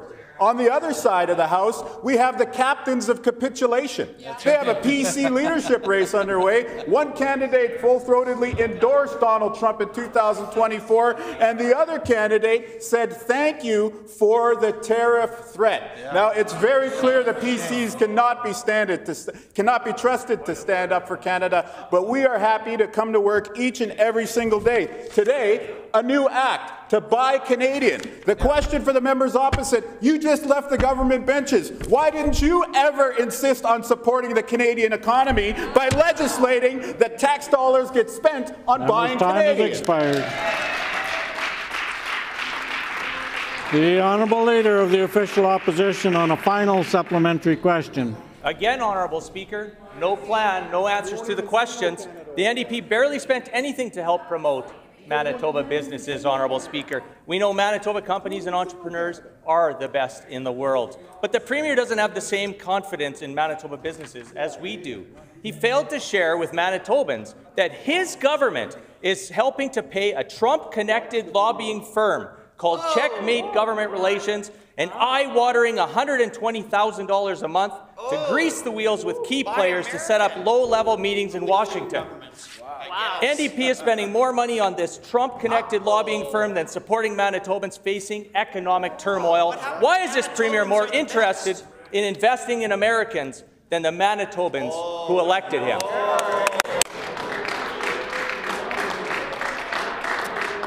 The Honourable First Minister. When the budget comes through, the wonderful, amazing budget gets tabled in this very chamber, you're going to see what our team is about. We're about building Manitoba. Right. And here's the thing, when we build Manitoba, we buy Canadian every single step of the way. We're building hospitals, emergency rooms, we're building schools, we're building personal care homes in his own constituency. The only thing that we're tearing down is interprovincial trade barriers, thanks to our amazing Minister for Business, Mining, Trade, and Job Creation. Now, while we're doing all these great things to bring Manitobans together, what are the members opposite doing? They're doubling down on division. I'm surprised that he didn't stand up today to begin his statements by apologizing to trans children for the divisive parental rights campaign of 2023. The Honourable Leader of the Official Opposition on a new question. Honourable Speaker, the question was on the Trump-connected lobbying firm, and of course the Premier is trying to distract from his failings, Honourable Speaker. The Premier decided that our call for the establishment of a permanent trade office in Washington to address the threats of Trump 2.0 was warranted. We appreciate the Premier's endorsement, but remain concerned about the Premier's lack of faith in the skill set of Manitobans. Despite a population of almost 1.5 million people, including world-class entrepreneurs and business leaders, the Canoe government has publicly said they are unwilling to hire local. Do as I say, not as I do has become the motto of this Canoe government. Will the Premier commit today to hiring local for the promised trade office, or is he content with hiring another American? Buy American. The Honourable First Minister. Well, when we're talking about shop and local, we got the billboards up, encouraging Manitobans to do just that. When we want to talk about buying Canadian, we've got legislation ensuring that that's going to happen. But here's the thing, I want everybody watching, because there's more people in the chamber right now than are actually watching on YouTube, I want everyone here to pay attention. They closed the D.C. office. Right. They cut it when they were in government. And now he's trying to pretend as though it was their idea when they only made the call after I announced it at the State of the Province address for the Winnipeg Chamber of Commerce. Here's the thing, I know it's tough times for the PCs when the chambers and the business councils and the CEOs all line up behind us to build Manitoba and leave them flailing along with Trump sycophants and people that are still chasing the convoy from years ago. But here's the reality, the world has moved on from COVID. You need to get with the times and stand up with us against Donald Trump.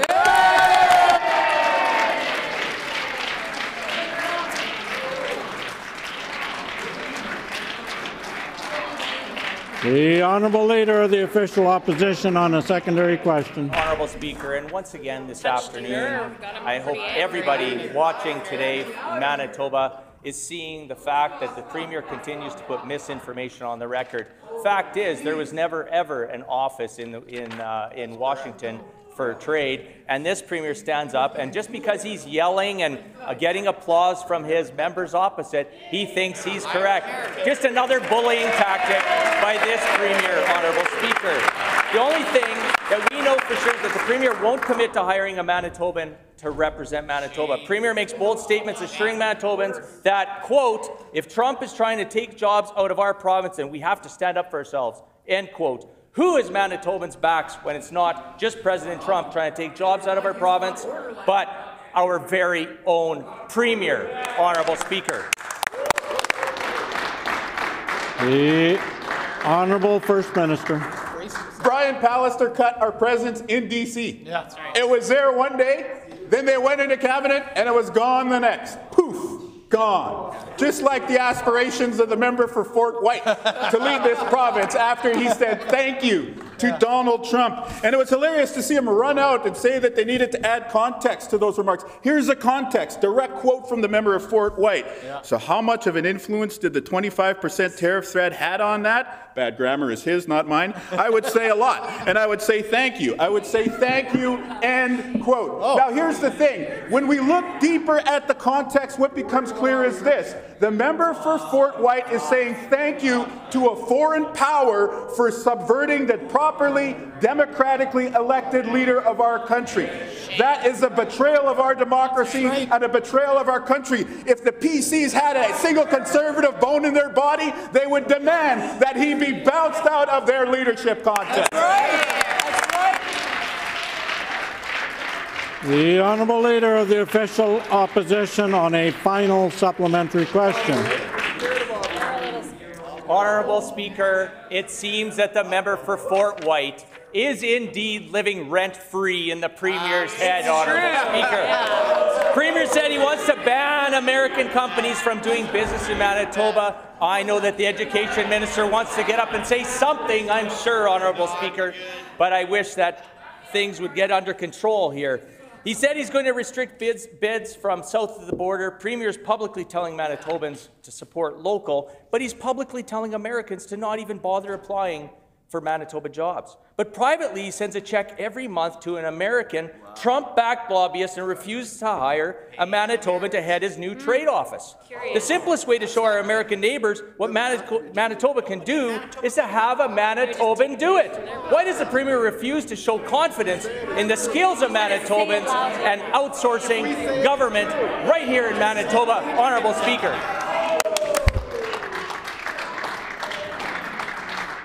The Honourable First Minister.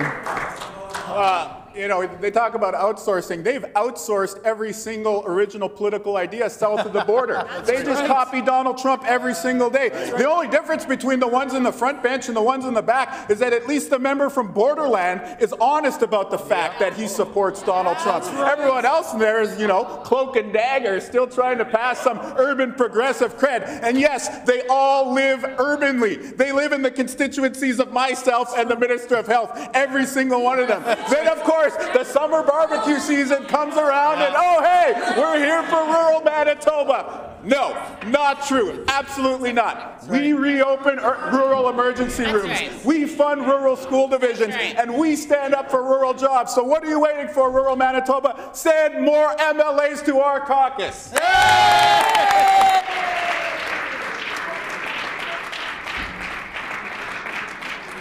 The Honourable Member for Midland. Honourable Speaker, this Premier has shown he has no economic response plan in the wake of tariffs. A photo op is not a plan, stickers are not a plan, advertising is not a plan. Despite Trump's delays today, things are still uncertain for Manitobans. Manitoba businesses know that these economic attacks from the U.S. show a need to harness and unleash our own resources. Unfortunately, we have a Premier who has publicly pledged to oppose resource projects. The international market has shown they have no faith in the NDP. Resource industries have either left or investment dollars have gone to other jurisdictions. Will the Premier stand up and admit he was wrong when he signed on as an anti-business climate activist, and will he denounce the LEAP manifesto he once supported? The Honourable Minister of Finance. Honourable Speaker, of course, with today's announcement from the Trump government, we know we continue to face uncertainty, but one thing that we want to say clearly to Manitobans, every single member of this team has your back.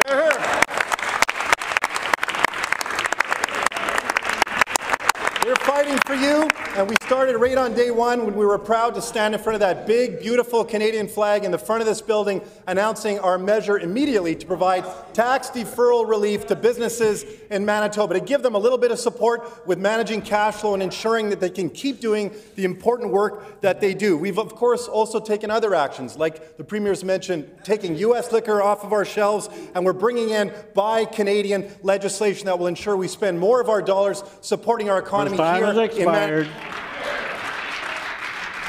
The honourable member for Midland on a supplementary question. The Premier supported the anti-business LEAP manifesto. He was also quick to sign on to Trudeau's 30 by 30 plan, which actively discourages resource development. 30% less food production, 30% less energy development, and 30% less mining production. We all know Manitoba is full of critical resources, but the Premier is locking them behind red tape. With the ongoing threats of Trump's tariffs and our need to develop our own resources, will the Premier walk away from his commitment to Plan 3030? The Honourable Minister of Finance. Honourable Speaker, on this side of the House, we stand in opposition to Trump's tariffs, and we stand together on Team Canada. Yeah.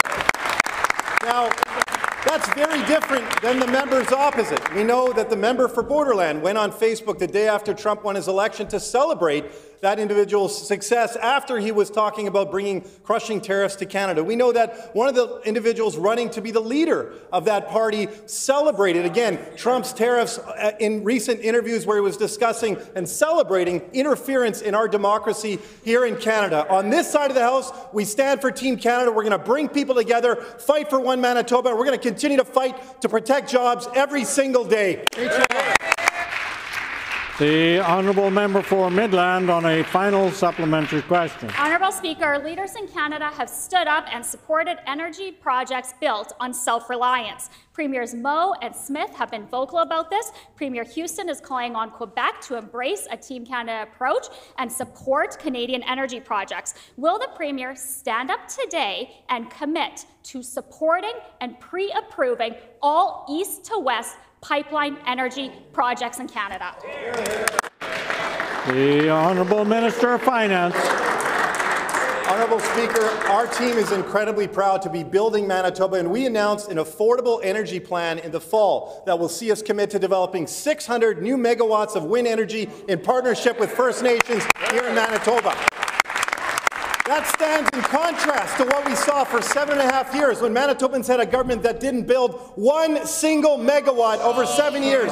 They didn't do the work. We're doing the work of ensuring that we have the energy to power our businesses long into the future so we can build a successful economy for years to come. Great job. The honourable member for Portage La Prairie. Honourable Speaker, international trade has been a pressing concern for agriculture for many years. It is now coming to a head. With agriculture accounting for 43.6% of Manitoba's total exports and 46% of that going to the United States, any change in our trade relationships is this of critical importance. What is the specific dollar value of financial aid that this minister has set aside to support the agriculture industry? The Honourable Minister of Agriculture. Thank you, Honourable Speaker, and thank you for the question. There is no doubt agriculture is a key component with the tariff proposition that's being proposed. It's very challenging for us as government, for anybody across Canada, to deal with a roller coaster president of making decisions today, changing them tomorrow. All I can say is that we, as the agriculture minister, and all agricultural ministers, call each other on a daily basis. In fact, on Friday, we are having a meeting with all agriculture ministers and the federal agriculture minister to develop a template to deal with issues, but we're not sure what exactly, based on the way Mr. Trump is operating, but I want to assure time has expired. The honourable member for Portage La Prairie on a supplementary question. Thank you, Honourable Speaker. So obviously there's no plan. The hog industry contributes $2.3 billion to Manitoba's GDP. That's about 3% of our total GDP. with nearly 100% of Manitoba's live hogs heading to the U.S., any change in that trade scenario will be devastating. A 25% tariff on Manitoba's hog industry would kill that industry very quickly. Why is this minister willing to accept a multi-billion-dollar hole in our economy? The Honourable Minister of Agriculture. Thank you again for the question, and I want to ensure the critic and the members opposite, we in the Agriculture Department, we're talking to Mr. Dahl on a regular basis. We see the importance of the pork industry. We see the importance of the beef industry. We see the importance of agriculture commodities throughout this province, and we continue to communicate with them. I don't know what it's going to take to convince members opposite that we are very, very concerned about the situations, and we will continue. We as government rely on communicating with all agriculture producers, regardless where sector they're from, the farmland to the processors. And I want to ensure members opposite that we will continue to work together as one team, like Team Canada. Time has expired. The Honourable Member for Portage-La Prairie on a final supplementary question. Well, Speaker, man, that sounded like all show and no go. Absolutely. Manitoba's agriculture trade with the U.S. amounts to $4.3 billion annually. This government didn't send its agriculture minister on a trade mission to Washington. He did, however, attend the State Agricultural Rural Leaders Conference, where he declined to meet with state agricultural representatives because they had differing political views. Minister, how can you be fighting for Manitoba producers on the international stage when you can't set aside your political ideology? The Honourable Minister of Agriculture. Well, let me just put something on record that's actual facts, is that it was my privilege to be in Iowa. It was my privilege to be dealing with the National Accord, Tri-National Accord in Washington. In fact, members opposite, the critic was there at SAR convention with us. And I am not sure whether he tended to neglect to recognize the opportunity that we still believe as we are one government, although I somewhat rely on members opposite to help out the situation, but they tend to want to make daggers to gain some political gain. Not us. We are one team. We represent everybody in the province of Manitoba, and the members opposite choose to play the time has politics. expired.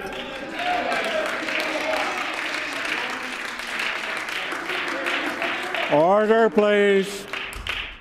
I would just remind members when they're asking questions to direct their questions through the chair, not directly ask someone opposite.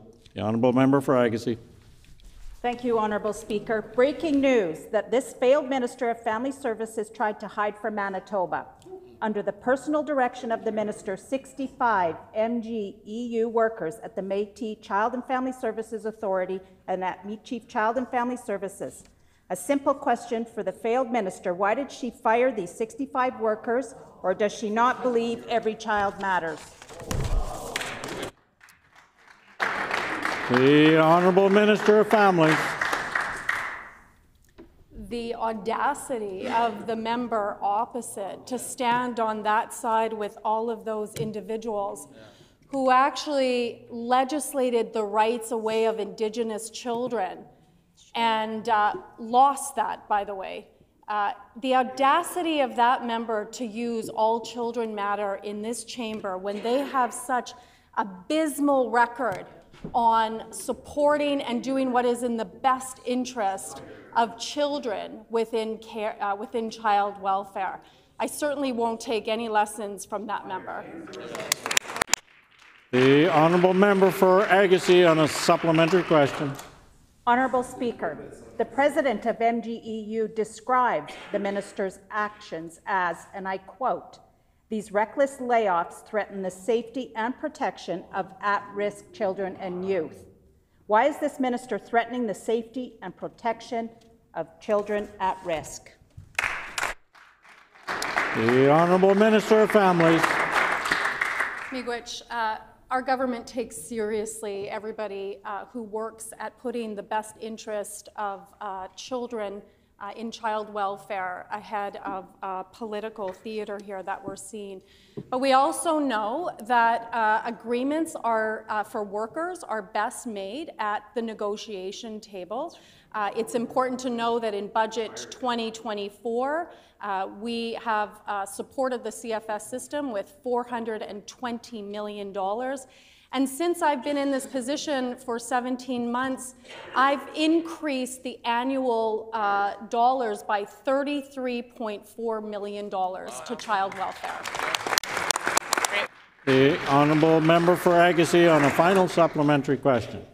Honourable Speaker, fired workers say these layoffs are clearly, quote, an aggressive bargaining tactic designed to intimidate workers. Why is the minister risking youth just to intimidate workers? The Honourable Minister of Families. Again, it's the audacity of members to even get up and ask any questions on child welfare when they legislated the rights of Indigenous children away. But also their former boss, Heather Stephenson, would regularly accuse public servants of politics. And I would quote her that that's where I draw a line fiasco that she tried to do. But let me just put facts on the record here. We are providing an additional $11.3 million to agencies' operations. Great work. The honourable member for Roblin. More than 7,000 allied health professionals, paramedics, mental health and addictions workers, lab and diagnostic imaging staff, and more are set to strike in less than 9 hours. MAHCP told media that a strike could, quote, set Manitoba back for years when you take into consideration wait lists, wait times for surgeries, tests, different types of treatments, different types of assessments, and particularly emergency rooms, where there's already extremely high wait times. How does the minister justify sitting on their hands while these critical healthcare professionals prepare to strike? And what is their plan to mitigate the impact on patients? The Honourable Minister of Health, Seniors and Long-Term Care. Honourable Speaker, our government has been very clear from day one that it is so important that we get to the bargaining table, employers get to the bargaining table and negotiate in good faith so that healthcare workers can have a fair deal. We've seen a lot of success around that under our administration. In contrast, on that side of the House, for 2 terms of a PC government, they froze the wages of healthcare workers. They fired hundreds of them. They didn't care about unions or frontline healthcare providers for 2 terms of government. That member doesn't care about unions and she doesn't care about frontline healthcare workers. We're going to continue to encourage that those negotiations happen in good faith, and all Manitobans can be rest assured there are plans to ensure essential healthcare is in place. The honourable member for Roblin on a supplementary question. A recent MAHCP survey tells a very different story than what the minister is putting on the record today. In that survey, 48% of members reported staff losses in their departments in 2024. 59% said morale had plummeted in the last year, and 62% saw their workload increase. As the MAHCP president put it in their media release on the strike, quote, the premier may think this is hilarious, but it's not going to be funny in about 9 hours when 7,000 healthcare workers go on strike. So I'd encourage him to stop jeering and pay attention. MAHCP said, quote, the overwhelming strike mandate is another sign that the situation on the front line is not improving. He also said, quote, trust with this current government has been profoundly lost. Member's time has expired. The Honourable Minister of Health, Seniors and Long-Term Care. Honourable Speaker, we value frontline healthcare workers, which is why our government has ensured that employers are at the bargaining table negotiating in good faith. We've successfully seen collective bargaining agreements that benefit workers take place, and we're encouraging folks to stay at the table to get this done. On that side of the House, they froze healthcare workers' wages, allied healthcare worker wages, for 2 terms of government. They created an environment of moral distress and despair on the front lines. We're doing the work of cleaning up the mess and the damage that they created. That member has less than 0 credibility on this file. And she supports the member for Fort White who wants to privatize healthcare and fire healthcare workers. Let her stand in her place and explain that. The honourable member for Roblin on a final supplementary question. Once again, the facts put a very different story than what this minister is putting on the record. FIPA documents obtained by our caucus reveal the reality of allied health vacancies in Winnipeg.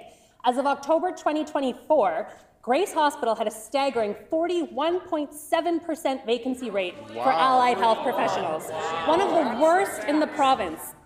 MAHCP has repeatedly warned that a lack of allied health professionals leads to serious complications for patient care.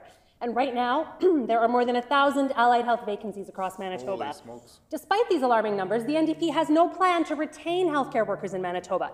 And unions say they're not seeing the hires that this minister claims to have made. Why is the minister refusing to address this staffing crisis in Winnipeg hospitals? The Honourable Minister of Health, Seniors and Long-Term Care. Honourable Speaker, our government has hired a net new 1,255 healthcare workers on the front lines.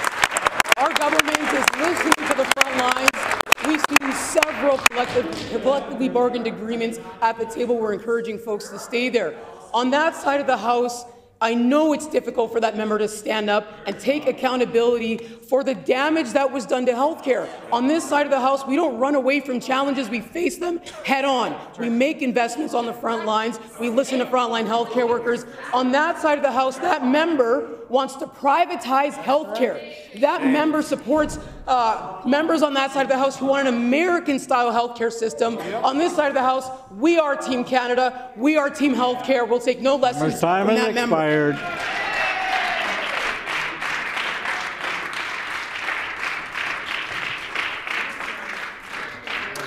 The honourable member for Tyndall Park. Thank you, Honourable Speaker. I've been hearing from my constituents in Tyndall Park that almost 7,000 publicly employed allied health professionals represented by the Manitoba Association of Healthcare Professionals are fighting for a competitive contract. Allied health professionals here in Manitoba are committed to delivering frontline quality care to Manitobans every day. They are problem solvers and innovators who continue to dedicate so much to our province. Why is this government choosing to risk a strike instead of prioritizing healthcare workers in Manitoba? The Honourable Minister of Health, Seniors and Long-Term Care. I thank the member for that really important question. I want to reassure Manitobans that there are essential service agreements in place to ensure that critical and essential care is provided. But I also want to be clear that our government has continued and will continue to be supporting employers to be at the negotiating table so that collectively bargained agreements can be in place. We've successfully seen that happen, and we're encouraging the same outcome in this situation. I understand as the health minister that after 2 terms of a previous PC government, healthcare workers are frustrated. They had their wages frozen for 2 terms of a conservative government that didn't care about them. We're working to change the impacts of that. We're going to keep listening to them and pushing for a good outcome in terms of collectively bargained agreements in this case. Great job.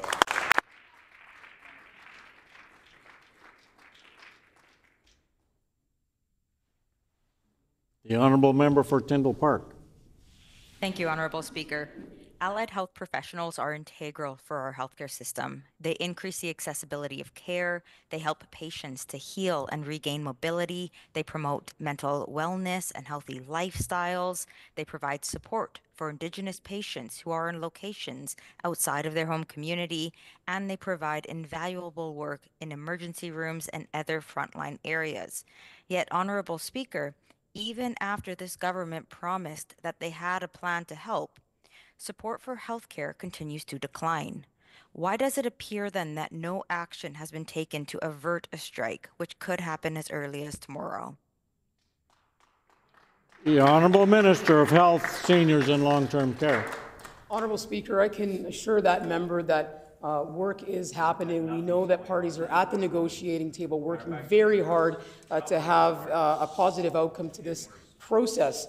As a government, we've made significant investments. Beyond the 1,255 net new healthcare workers, we've made sure that we have 7-day-a-week allied healthcare professional support across the healthcare system so they have more flexibility on the front lines, better work-life balance, and can provide care at the bedside of Manitobans. Again, after 2 terms of a PC government that disrespected them, didn't engage, fired folks from the front lines, we know we have a lot of work to do, but we're going to continue to do that work to the benefit of all Manitobans.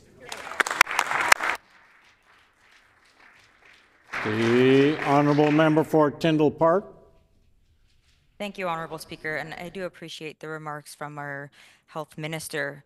But members of the Manitoba Association of Healthcare Professionals, they include paramedics, respiratory therapists, speech-language pathologists, physiotherapists, social workers, lab technologists, perfusionists.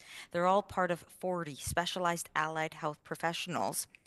Can the minister please share with us what work is happening specifically with the Manitoba Association of Healthcare Professionals? The Honourable Minister of Health, Seniors and Long-Term Care. Again, I would reassure that member that parties are at the table. We know that their teams are there communicating, and we're all encouraging folks to stay at the table and to come to an agreement that workers will be satisfied with. You know, and I say this as somebody who worked on the front lines as a nurse, shoulder to shoulder with allied healthcare professionals. We have a tremendous amount of respect for them. We know the value they bring to the bedside of Manitobans, which is why we've made investments to add more to the front lines, to continue to listen to them, and to make sure they have a better work-life balance. Now they love the minister. We're going to continue to support these processes moving forward, and quite frankly, do the work of repairing the damage that was done over 2 terms of a failed PC government that didn't care about healthcare workers then, and certainly doesn't care about them now. Great job. The honourable member for Tuxedo. Honourable Speaker, members opposite are fighting for Donald Trump and Donald Trump's tariffs. The MLA for Borderland fantasizes about becoming the 51st state so he can live under Donald Trump. That's right. And members opposite clap when they're told about Trump's election interference in Canadian politics as part of his efforts to annex us. And the MLA for Fort White recently said, I would like to say thank you to Trump. But while members opposite support Trump and his tariffs, this government is supporting Manitoba businesses. Can the Premier tell this House what we're doing to promote local businesses? The Honourable First Minister.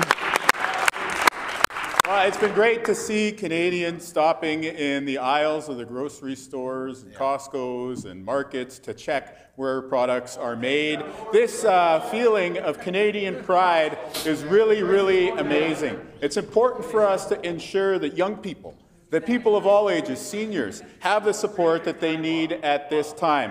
We've got a remarkable plan to support local businesses. We're deferring taxes for tariff-exposed industries. And of course, we're pushing back against the U.S. by removing alcohol from that country from the liquor mart shelves. On the other side of the House, what do they want to do? Each of them is racing to be Donald Trump's #1 cheerleader in Canada, in Manitoba. For us, you know, that was the choice that the U.S. made. The choice that we made was to come together as Canadians. And while they may want to be the sellouts that they've always been and will be forevermore, we'll always stand up for you, the hardworking people of Manitoba. We'll always stand up for Canada. The honourable member for Spruce Woods. Thank you, Honourable Speaker. After months of advocacy and public outcry, the Health Minister finally met with Jeremy Bray and his family on January 21st. The day before, the Minister announced that they had sent a letter to the Canada Drug Agency to ask them to review their recommendations for treatment for people suffering from SMA.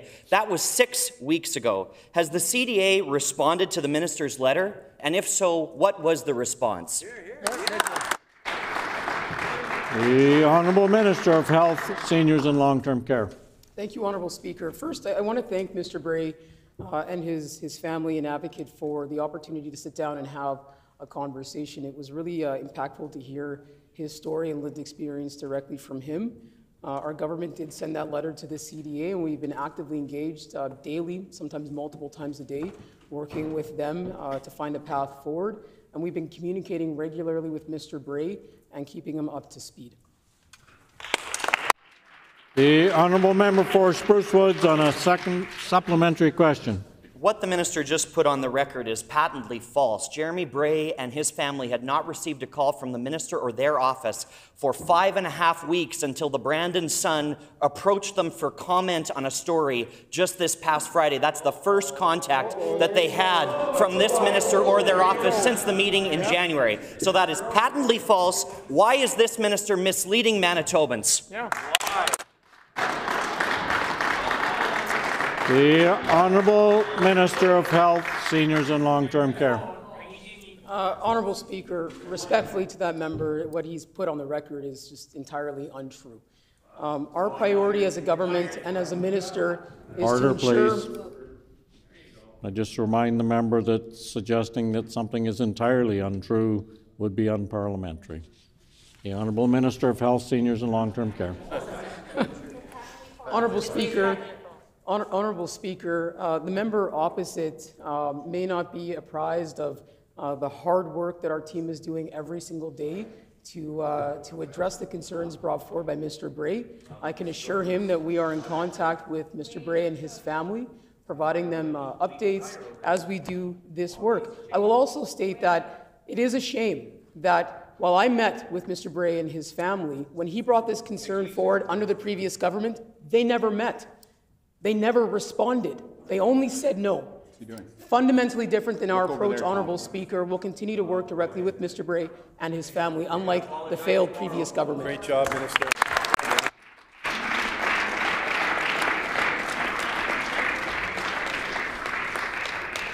The time for oral questions has expired, and I would caution all members on both sides to be a little more cautious with the language they use. There's several instances today that were very close to crossing the line, and I will be keeping a closer eye on it in the future and calling you if you're getting even close to that line in the future. Petitions. Grievances. Orders of the day. Government business.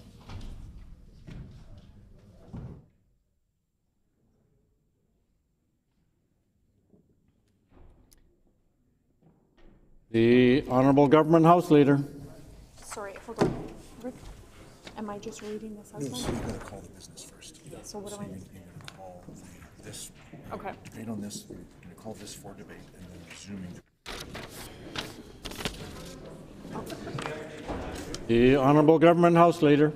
Honourable Speaker, will you call for debate the reappointment of the Manitoba Ombudsman, followed by resume of the government resolution? Been announced by the Honourable Government House Leader that we will debate the government resolution on the appointment of the Ombudsman, followed by resumed debate on the government resolution. On the government resolution, Manitoba is stronger together against Donald Trump's tariff tax threats. The Honourable Government House Leader. Miigwech, Honourable Speaker, I move, seconded by the Minister of Finance, whereas the Standing Committee on Legislative Affairs recommends to the Legislative Assembly of Manitoba that Jill Perron be reappointed as the Manitoba Ombudsman. Therefore, be it resolved that pursuant to subsections 2(1), 2(1.1), and 4(1) of the Ombudsman Act, Jill Perron will be reappointed as the Manitoba Ombudsman. We need to change that word.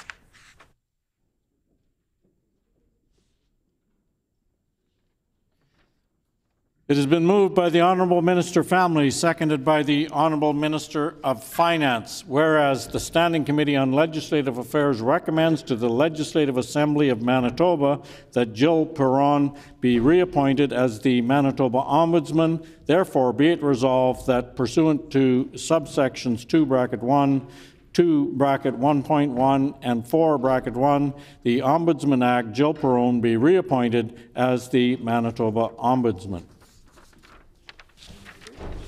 Is there any debate? Seeing none, is the House ready for the question?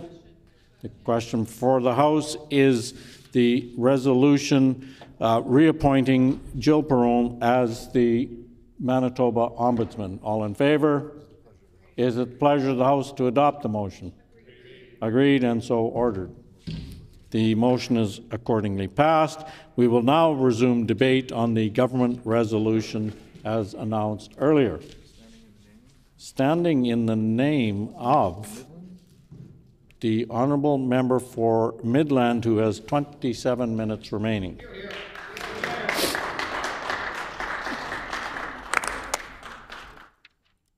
Speaker, I'd like to start off my remarks today by saying, as I have been saying for 3 months, that I am against the U.S. tariffs on Canadian goods.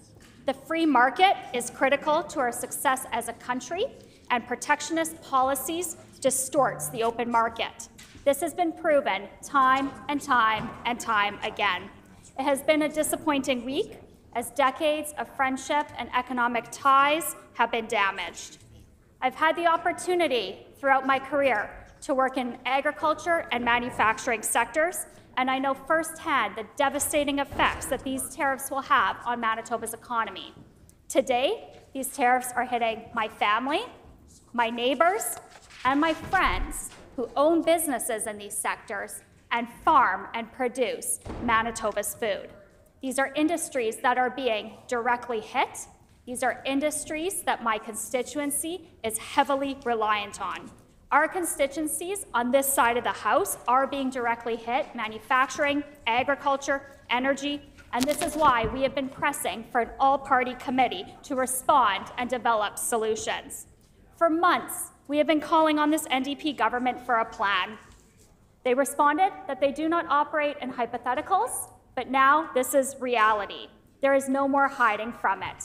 Although Trump gave us a delay, things continue to remain uncertain. People are frustrated, they're angry, and times are uncertain. We could be living this for another 2 weeks.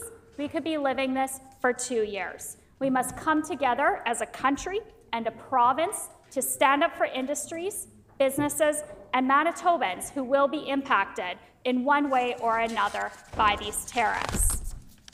But standing up for Manitobans requires more than just a photo op outside of the Manitoba Legislature. It requires more than just words. It requires a plan, and it requires action.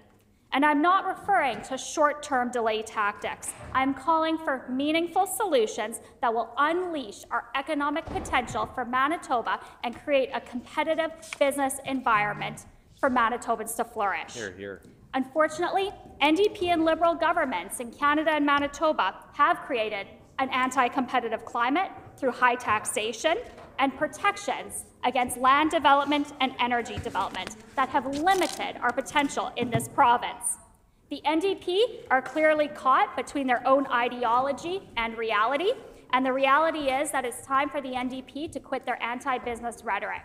The NDP and the Premier supported the LEAP manifesto. The Premier supported Trudeau's 30 by 30 plan, taking 30% out of food production, 30% out of energy production, 30% out of mineral exploration. And the Premier refused to stand up today and commit to supporting and pre-approving east-west energy pipeline projects to ensure energy independence here in Manitoba. The NDP should immediately eliminate the payroll tax for businesses. This is a job-killing tax. It is an NDP-created tax that penalizes companies that hire more Manitobans. This is a labor tax, this is a job tax, and this is a company tax here in Manitoba. They put it under the guise of health and education, but in reality, it just goes into general revenue at the expense of employers and employees and businesses here in Manitoba. Manitoba continues to have the highest payroll tax in Canada, 4.3% on businesses with payroll over $1.5 million. This is a huge slap on our current operating businesses in Manitoba and deters any investment and future business growth in the province. The NDP should also slash income taxes. and eliminate education property taxes. Last year, we saw this NDP government irresponsibly increase income taxes on Manitobans and increase education property taxes. This is the exact opposite of what governments in this country should be doing right now to ensure and encourage affordability and foster economic growth in this province. They are literally taxing us out of competition with other jurisdictions. The NDP should also immediately remove carbon tax on home heating. Manitoba does not have a choice. Manitobans do not have a choice in how they heat their homes. The carbon tax is set to rise in a few weeks, costing Manitoba households hundreds of dollars. And now I want to speak to our reliance on foreign markets and interprovincial trade barriers. Our reliance on foreign markets has grown significantly over the years, where it's often cheaper to import goods and products half a world away by sea, rail, or truck than it is to domestically produce here in our own province and countries. There are more restrictions on interprovincial trade than intercontinental, differing environmental regulations, licensing, certification, labor mobility, trucking, health and safety, among a host of others. These barriers increase costs to Manitobans and they increase costs to businesses. This is a problem, and this is exactly why Canada is in the challenge that it is in. The Canadian Federation of Independent Business has stated that removing these barriers could boost the economy by $200 billion annually. Labor mobility is one of Manitoba's weakest barriers, and Manitoba has the most to gain. And there's opportunity to streamline these certification and licensing requirements to attract labor from other provinces into Manitoba. Further to this, the NDP should immediately repeal their labor laws that trample workers' rights and deters business growth and investment here in Manitoba. As I spoke about earlier today, the NDP needs to put their ideology aside and remove protectionist land policies that deter investment and unleashing Manitoba's economic potential. In the last year, Manitoba has dropped to next in last in Canada for dollars devoted to mining and energy and forestry projects. As I said, the NDP supported the LEAP manifesto. They proudly supported Trudeau's 30 by 30 plan. This deters investment in Manitoba and hangs a closed for business sign on our province. These policies, these protectionist policies, limit our ability to unleash our own potential here in Manitoba. And I'm calling on the Premier to commit to supporting and approving all east-west pipeline energy projects here in Manitoba and across the country to ensure that we have Canadian energy independence. And I still have not received an answer to that question. Over the past few months, economists have indicated a 25% blanket tariff will result in zero economic growth in Canada with higher inflation. This, in turn, is going to put pressure on our already struggling Canadian dollar. We all saw this week as our dollar has dipped to near 22-year lows, and this has been happening since November, while stocks tumbled in response to these tariffs. We are all feeling the pain this week. The weakened Canadian dollar will increase import costs, raising prices that Canadian households pay for the goods from the U.S. and other countries. This pushes us further into the negative. Cost of living, weaker employment, inflation, and a weaker dollar will all negatively impact Manitobans. And what we have seen is weak leadership. We've seen weak leadership at the provincial level. It's a good thing that Canada has Premier Ford and Premier Smith standing up for Canada, because this Premier is so out of his league on this topic. It's all about himself. It's grandstanding. Canada is an easy target for Trump because of weak leadership provincially here in Manitoba and federally. The Trudeau Liberals, which have been propped up by the NDP, have deteriorated Canada's strength and position on the global stage. We do need a Team Canada approach where all the premiers are singing the same tune.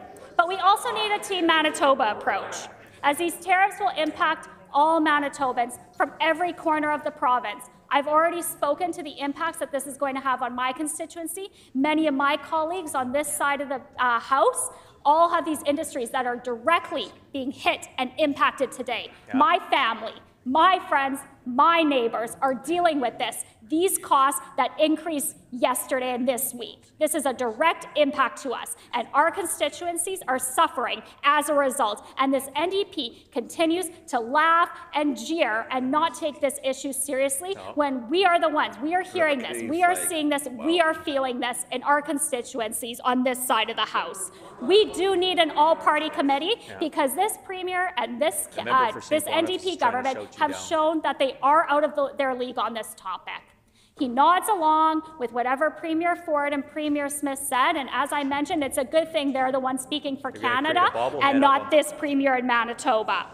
Any negotiations with the Tripp administration that will impact our provincial industries should be consulted on with all members of this House to ensure that all corners and all areas of this House are well represented. So we need to come together as legislators, we need to consult with key impacted stakeholders and come up with a meaningful economic response plan. As I mentioned, advertisements, photo ops, stickers, that is not a meaningful economic response plan. We need to start unleashing Manitoba's potential. We need to start ensuring that these land protectionist policies and NDP ideology that is hindering investment here in Manitoba is stopped. And we need to encourage investment and job growth in this province while ensuring independence in manufacturing, energy, agriculture, and stop our reliance on foreign markets. So with that, I will conclude my remarks, and thank you, Deputy Speaker, for giving me the opportunity to put a few words on the record today. Thank you.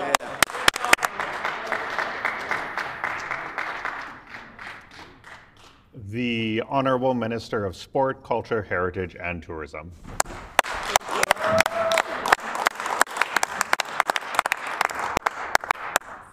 Thank you, Honourable Assistant Deputy Speaker. I apologize. It gives me pleasure to rise today to speak to this issue. Certainly, I appreciate members opposite and their opinion on how our Premier and our government are handling these enormous tariffs that President Trump is imposing on Canada. And what I would say is it's just an opinion. Our Premier has done an incredible job of deciding and figuring with the leaders, the other First Ministers in Canada, along with the Prime Minister, about how to respond to the threat of tariffs, and now I think there's a reprieve again today for 30 days. The plan is clear, is that we stand up for Manitobans. We work together. We ensure that people, their jobs are protected, that we address issues with regards to industries and where tariffs may have the most impact. We have a solid plan and a strategy moving forward, and we're releasing information practically on a daily basis. So the members opposite can stay tuned for all of the plans that we have come up with as a government. I appreciate this idea of all-party sort of situation, but really at this point, I'd like to ask the members opposite, did that happen when the pandemic was happening? You came up with a lot of things on your own, and that's not the way it works. Our government has a plan to deal with tariffs, and thank goodness the NDP are in power under the great leadership of our Premier Wab Kinew, and I just can't imagine where Manitoba would be right now. Keep going till he calls you. Fortunately, you can only refer to members by their constituency or their portfolio. The Honourable Minister of Culture, Heritage, Sport and Tourism. Thank you. I appreciate that. My apologies.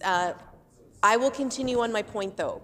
Thank goodness that for Manitobans that the NDP government, along with under the leadership of our Premier, are at the helm and being the ones who are in charge of producing a strategy to deal with Trump's threats of tariffs and his ridiculous language of annexing Canada and making it the 51st state. I can't imagine what would be happening if the PC government was in power. So I am thankful, and I know that our Premier and our Cabinet team and our caucus team are up to the task to ensuring that we stand together as Manitobans and that we have a plan moving forward with regards to addressing these tariffs. Now, I want to take a moment and talk about my portfolio specifically, which is sport, culture, heritage, and tourism. So I know a lot of Manitobans, it's causing a lot of stress. People are asking, what can we do? It is a roller coaster ride, going up and down with regards to whether Trump will or won't, or if he stops or walks it back with the tariffs. And a lot of people want to feel like, what can I do? How can I take control of this situation? And so we see the efforts of our government encouraging people to buy local, to buy products made in Canada, which is incredibly important. And people have really stepped up in this regard. The patriotic pride that Canadians are feeling with regards to threats that our country would become a 51st state fills me with great pride. And so a part of buying local, supporting local, is also traveling local. Tourism is an incredibly important part of our economy in Manitoba. And we have thousands upon thousands of jobs that the tourism industry supports. And while we continue to welcome our American brothers and sisters and folks from across the border to visit our beautiful province, we would encourage that Manitobans, instead of traveling to the United States or wherever they may take their next vacation, that they stay within Manitoba or within Canada and explore what we have to offer here right at home. There are some incredible places that you can visit in Manitoba where you can be a tourist in your own province. I know for myself, in the summer especially, I'd love to get out to our provincial parks. There are many camping opportunities available throughout our province to be in the outdoors, fishing, and if you're into hunting, there's an enormous amount to do, whether it's boating or I could go on forever. We have incredible tour operators within our province. And in the winter, of course, there's lots of other things to do. There's groomed trails that are just incredible. We can cross-country ski, there's snowmobiling, not snowshoeing. And there's so many things to do. So what I would say is, people are asking what can they do to take control and, make a difference with regards to this scenario. And I would put that to them, that Manitobans, stick around home and in our province and explore what our province has to offer. Certainly, I think what's something I would like to really maybe shift gears a little bit here is to talk about Canadian values. So for myself, I was born and raised in Canada, here in Manitoba, in the Interlake, and I've lived here all my life. And I've always been a very proud Canadian and a very proud Manitoban. And so when I see things like Donald Trump coming and saying things like he's going to absorb Canada, the U.S. is going to absorb Canada, we're going to become the 51st state, it really does elicit such a sense of pride, national pride in me. And so the way I came to be is, a person who is a part of this country and such a proud Canadian and Manitoban is, my paternal grandparents moved here. They first moved from Lebanon and Syria to Crookston, Minnesota in the early 1900s. And they lived there for, I think, 3 or 4 years. I might get that wrong, but in and around that time. And they were invited to move to Canada on the Homesteaders Act. And so they decided that they would do this. They moved to the Interlake. They were invited to be there. They became landowners.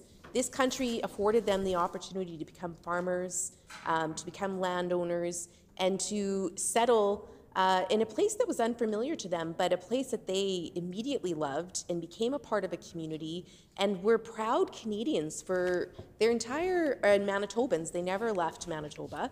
And my father and his siblings were born in the Interlake and lived there. All 8 siblings lived there. They were proud farmers. They contributed to this province's economy, and many remained throughout their many years.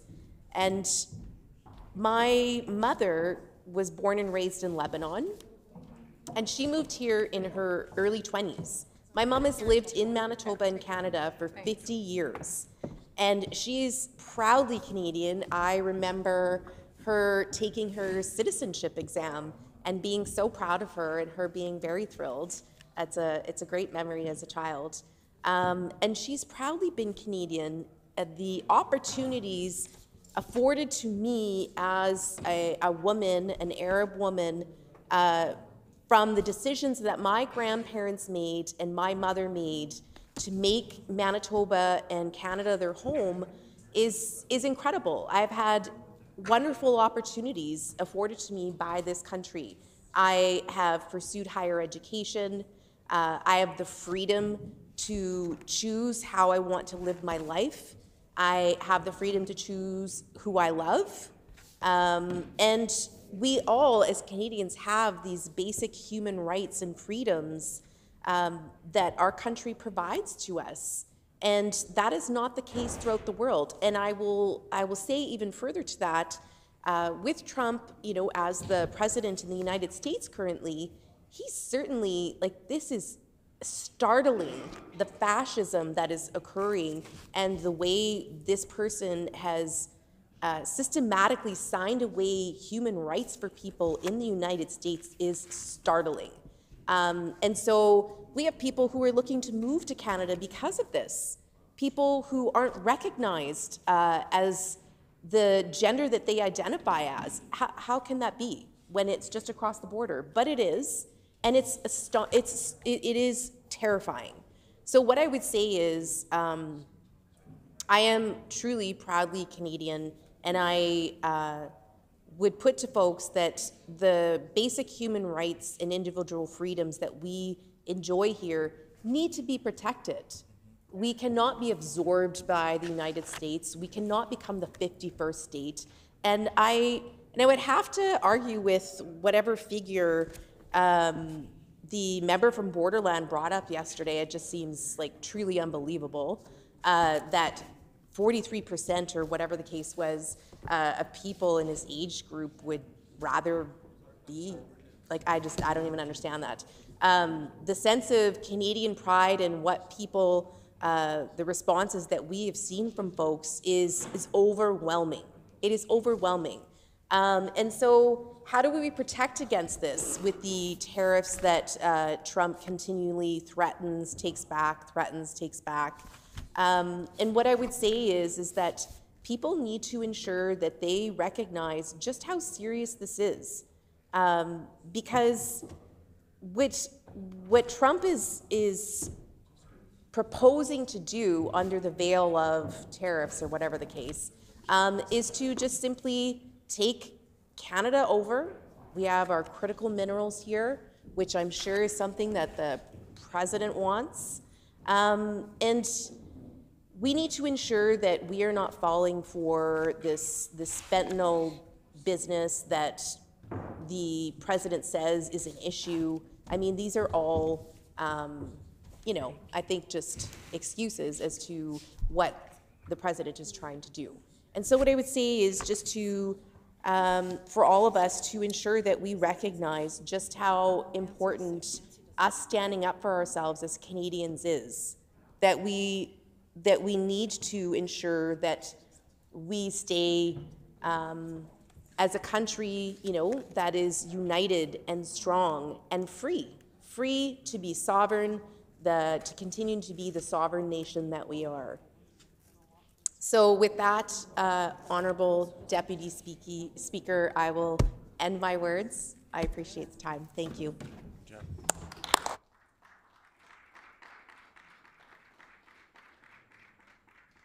The Honourable Member for Portage-La Prairie. Here, here. Thank you so much, Honourable Deputy Speaker. It's an honour for me today to be able to speak on this topic that is so near and dear to all of our hearts here in Manitoba and Canada. For someone to threaten our sovereignty, for someone to threaten our way of life, we need to stand up. I want to say, as the member of Portage-La Prairie, and I say this a number of times, I am proud to be from Portage-La Prairie, Manitoba, Canada. It's the place where I was born. It's the place where I live. And hopefully it'll be the place that I die. But not die before making a difference, hopefully, with this great country of ours, Canada. Honourable Speaker, Tuesday, Manitobans saw our closest ally and neighbour was willing to wage an unprovoked economic war. We all knew it was coming, but held out hope that cooler heads would prevail and that all Manitobans would not be left holding the bag at the end of the day. Unfortunately, in this case, when the world places obstacles in the path of Manitobans, we as legislators have a responsibility to step in, step up, and act. Regardless of the industry Manitobans are concerned this week, prices for staples and essentials have already been out of control over the last year, and now we add economic chaos to this as well. The extent of this government's plan or non-plan is to defer payroll taxes for 3 months. That isn't even relief. It is kicking the can down the road and hoping that someone else comes up with a solution instead of coming up with a made in Manitoba for all of Canada solution. The ideas are out there. Experts have done the Premier's homework for him. The Canadian Federation of Independent Business has solutions for real help. Agriculture producers know what they need. Keystone Agriculture produced a whole list. It's really too bad that the minister and his government aren't listening. We could enact many of these today if there was a political will, and farmers could enter into the spring knowing that they were supported and not left fighting both disaster of man and nature alone. Let's work through these suggestions. One of the first ones is increase investment. This comes from the Keystone Agriculture producers. Increase investment to align policies that will increase local demand and expand value-added capacity. Manitobans want to support local. You can see that in the grocery store. In fact, the private sector has figured this out already, indicating Canadian products. We can support these initiatives, empower our Crown corporations to provide that all-important and valuable shelf space to Manitoba industries with less regular access. We can also take a step in this direction too and stop shopping in American grocery stores like our Premier talked about today with Costco. Again, from Keystone Agriculture producers, expedite permitting to facilitate expansion of value-added production and processing. In the long term, this idea of supporting demand, local demand to get ahead of another problem we know is coming. In January 2026, new product label restrictions in the U.S. will have a dramatic impact on Manitoba pork, where many weanlings are finished and processed in the U.S. Between these tariffs and the threats for next year, pork producers need to know that they're supported and that their industry will not be decimated when the route south closes. That would require investment now. These weanlings don't stop growing. This industry will be decimated within a very short few weeks, and we have not heard of any plan to work through that. Work with other prairie provinces to leverage our shared interest and resources, including through engagement with individual key U.S. states identified by industry. I've had the opportunity to communicate with and work for colleagues across Canada and now across the U.S. I was elected to the board of SARL, the state agriculture and rural leaders. What we all know is that producers and manufacturers on both sides of the border will be the ones footing the bill for this political grandstanding. Our side was called out yesterday by the member of St. John's for not doing anything, not being seen out there. This started for me when I thought about becoming part of the SARL board to be elected to in early December. What I did at that time is I walked across the floor and spoke to the Minister of Agriculture, because I think it is important in this situation that we put politics aside from this. After the U.S. election ended, we needed to be ready for tariffs. From working in the agriculture business on both sides of the border, I could see what was happening. And I spoke to the Ag Minister about this, not once, not twice, 3 different times, and told him that I was thinking about running for the board of SARL. Again, to let him know that if he wanted to run against me, I was fine with that, but we needed a representative from Canada. Hear, hear. We needed someone from Canada to sit on that board that represents 40 states and every province in Canada. And I was so proud to put my name forward. Good for you, Jeff. To be a member of on that SARL board. Absolutely. Well done. Standing up for Canadian ag. The other thing to let the member from St. John know, and if they followed me on Facebook, they would be able to tell that I was so proud to stand up on the stage of SARL, invite the Minister of Agriculture to join me, invite all the Canadians to join me in the singing of O Canada. I feel so good about that today that if I knew I wouldn't be called out, it's time for us to all stand together in this chamber and sing O Canada. O Canada, our home and native land, true patriot love in all of us command. With glowing hearts we see thee rise, the true north, strong and free. From far and wide, O Canada, we stand on guard for thee. God keep our land glorious and free. O Canada, we stand on guard for thee. O Canada, we stand on guard for thee.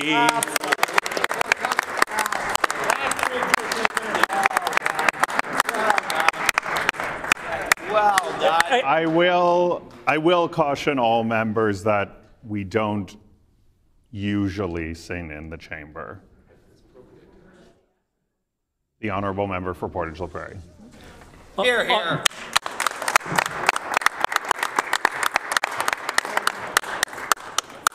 Honourable Deputy Speaker, thank you for giving me that latitude, and thank you for letting me sing the greatest anthem in the world, and I'm so proud. Well done.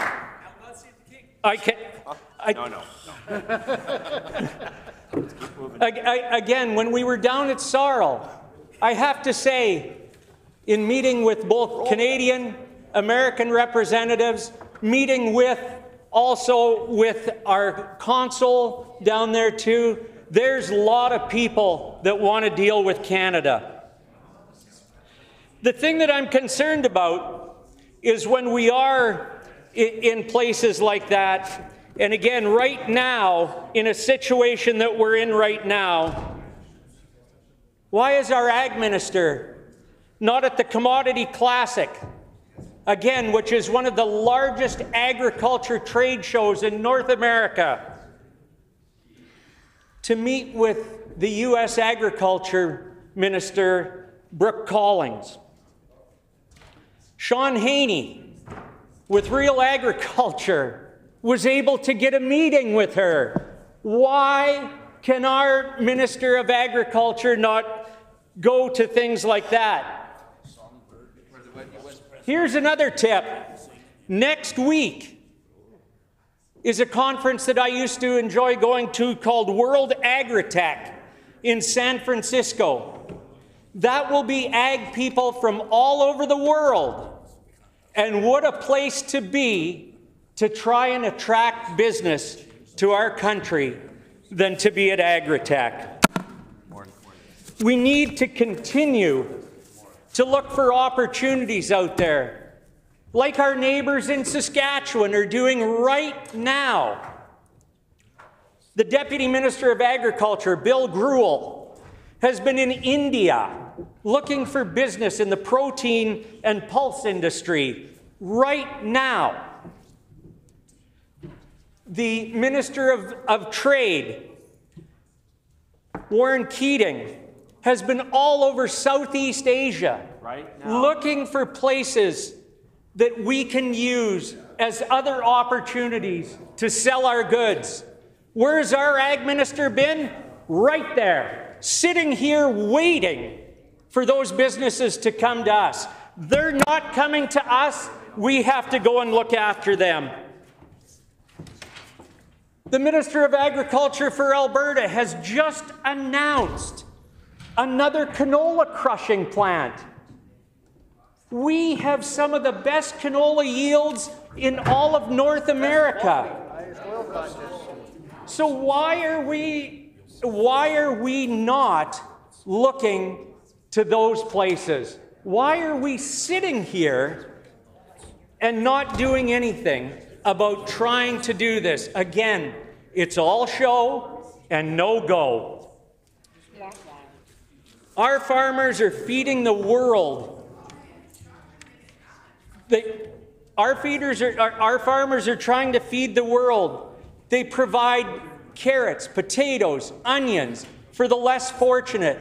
Yes, yet we want to continue to make them less competitive than those that are in provinces right next to us in Western Canada. Our farmers right now have to deal with our federal carbon tax that this NDP government is backing in order to make things more uncompetitive. The Manitoba Trucking Association, who is going to move potatoes and hogs and canola and wheat all over the place, but yet they are stuck with a federal carbon tax. This isn't about words, it's about action. And it's time that we stood up and made some action out there and did something for this great country of ours, Canada. Thank you, Honourable Deputy Speaker, for letting me put some words on the record. Thank you very much.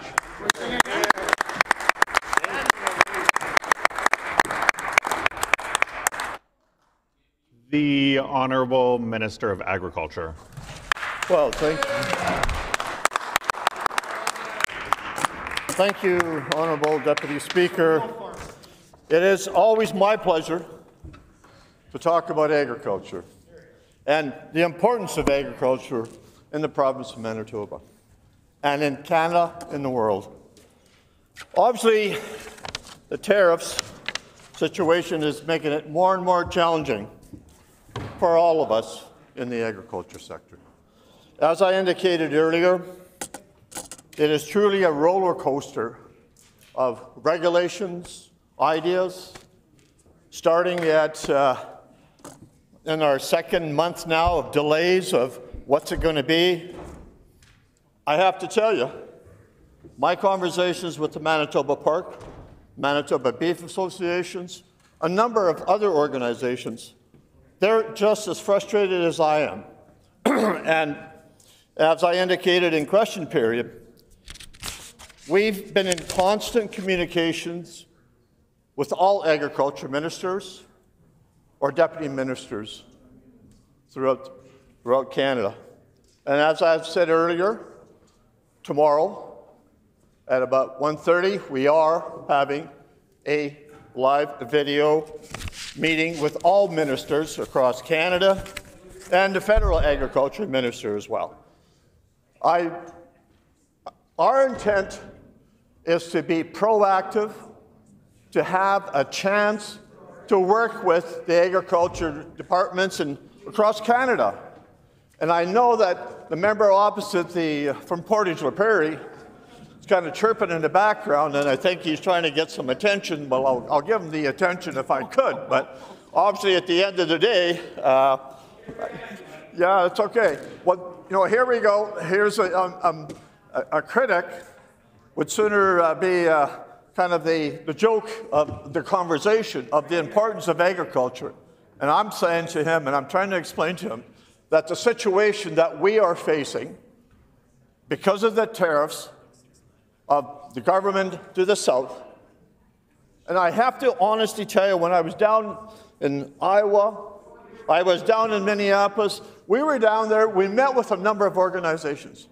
And I honestly have to tell you, Deputy Honourable Speaker, that the reception we received as a Canadian, Manitoban delegations of the importance of agriculture products, that we have a great trading relationship. In fact, to the point when I talked to Mr. Cam Dahl, and he kept assuring me we have the greatest working relationship with the U.S. counterparts, to the point of 3.2 million weanlings get shipped every year down south to Iowa. And when I spoke to the Iowa pork producers, they said, we have choices in our country to obtain weanlings somewhere else, but no, because of the quality of the breed of weanlings that we in Manitoba produce is top-notch. And that is why Iowa continues to want to buy pork from us. And it's almost at a point where they're probably in a situation of doing the financial calculations of where they see that they want to maintain this trading relationship of the importance. We talk about the beef industry, and as I indicated it earlier, when Matt Atkinson at the Manitoba Beef Producer General Meeting, we had a great conversation. His comment to me was a concern of where the beef prices may land up, given the proposal of tariffs. And being a beef producer for 40 years of my life, Honourable Deputy Speaker, the prices today has been long awaited for the rightful people in the beef industry. Although probably prices today should be maintained for a while. But unfortunately, the government across from us, when they chose to make changes to the Crown Lands Act, accelerated the financial burdens that they are dealing with today. And they're still trying to recover from a 300% rental increase in operations. And I say to the critic across, I'm not sure if he knows what a beef animal is, but I'll assure you that I will share the point as agriculture producer for 40 years of my life that I knew darn well what was happening. And it's unfortunate, Deputy Speaker, is that the beef industry is in the numbers of what they were in 1960. Cow numbers North American-wide. And what we see of no encouragement by the members opposite to give the young family farms an opportunity to continue to grow. But with the tariffs that are being proposed, the reality is that animals will be moving between U.S. and Canada on a regular basis. And some animals may cross the border twice. So every time that one animal goes across, it's a 25% tariff. And as the conversation we had with the Iowa pork, Minneapolis, young farmers, the government, the commissioners, and what we all agreed on the fact is that this is nothing more than an accelerated cost for consumers in the U.S. side and in the Canada side.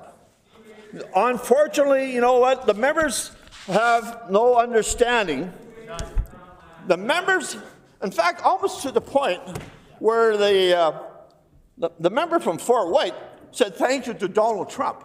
Can you honestly accept the fact that why would you want to say that in the face of the tariff discussions and the threat? Do you really think that you're sticking up for the farmers? I don't think so. It's unfortunate that we build bridges for allies to work against this action. I'm thinking this as the Premier has assembled the U.S. Trade Council, and unfortunately, your government chose to dismiss the individual that was in Washington for a lot of years that provided an opportunity of continuing communication for the agriculture industry in the province of Manitoba, or a representative from Canada, from Manitoba, that stuck up for a number of things that exist. So unfortunately, what we have is a situation where members opposite choose to go on the high road side on the U.S. side. In fact, we almost have individuals that are saying that they'd sooner be an American than being a Manitoban or Canadian. It should have been too bad that we've had this situation continue on for as long as it had. Oh, here we go, Honourable Speaker, Deputy Speaker. I love the attention that I'm creating because obviously I must be hitting a few notes for the members opposite of concern. But you know, when we talk about the importance of trade, and I'm not sure if the members opposite has ever really brought it to surface, but agriculture, with the trade that we have between Canada and Manitoba, or U.S. and Manitoba, is $9.28 billion worth of ag-food products in 2004. We exported that many dollars. A decrease of about 1.3, and we exported 9.4 in 2023. So we built a great relationship, Deputy Honour Speaker, and we continue to want to build a great working relationship. What we are faced with, the uncertainty of the roller coaster decisions that are being made. As I said, we've been talking to the agriculture ministers throughout Canada. We've been talking to a number of individuals that are directly going to be affected by the food processing industry. And we know for a fact, Deputy Honourable Speaker, is the price of food continues to rise. And you wonder why, when we are promoting buy local, that members opposite choose to vote against something like that. They'd sooner do what? They'd sooner find food from somewhere else. The importance of food and agriculture is a main staple, in our opinion. What we need to do is get together, and as we are, as I indicated earlier, with the agriculture ministers across Canada and the federal agriculture minister, that we continue to provide some programs. So we need to do, that's right, Team Canada. Yeah, Team Canada. And what I'm hearing from members opposite, he chooses not to have that conversation whatsoever. He'd sooner be on the U.S. side, much related to the hockey game, and we have to win in overtime to make it. Yeah, exactly. So, no, unfortunately, we are living in a world, and I want to stress the importance of agriculture. Not only are we worried about the price of machinery manufacturing, increased cost, and these members across are somewhat more on the side of not considering being a Team Canada player. you've got potential someone to be recognized, and all of a sudden he is choosing to be more supportive of the U.S. kind of lifestyle than support Manitoba and Canada opportunities. I do want to say it's definitely too bad the members opposite choose to make this a political game. I'm not doing it this way. I've gotten together with a number of agriculture producers, and we continue to fight for the betterment of what we have today in Manitoba and we have in Canada.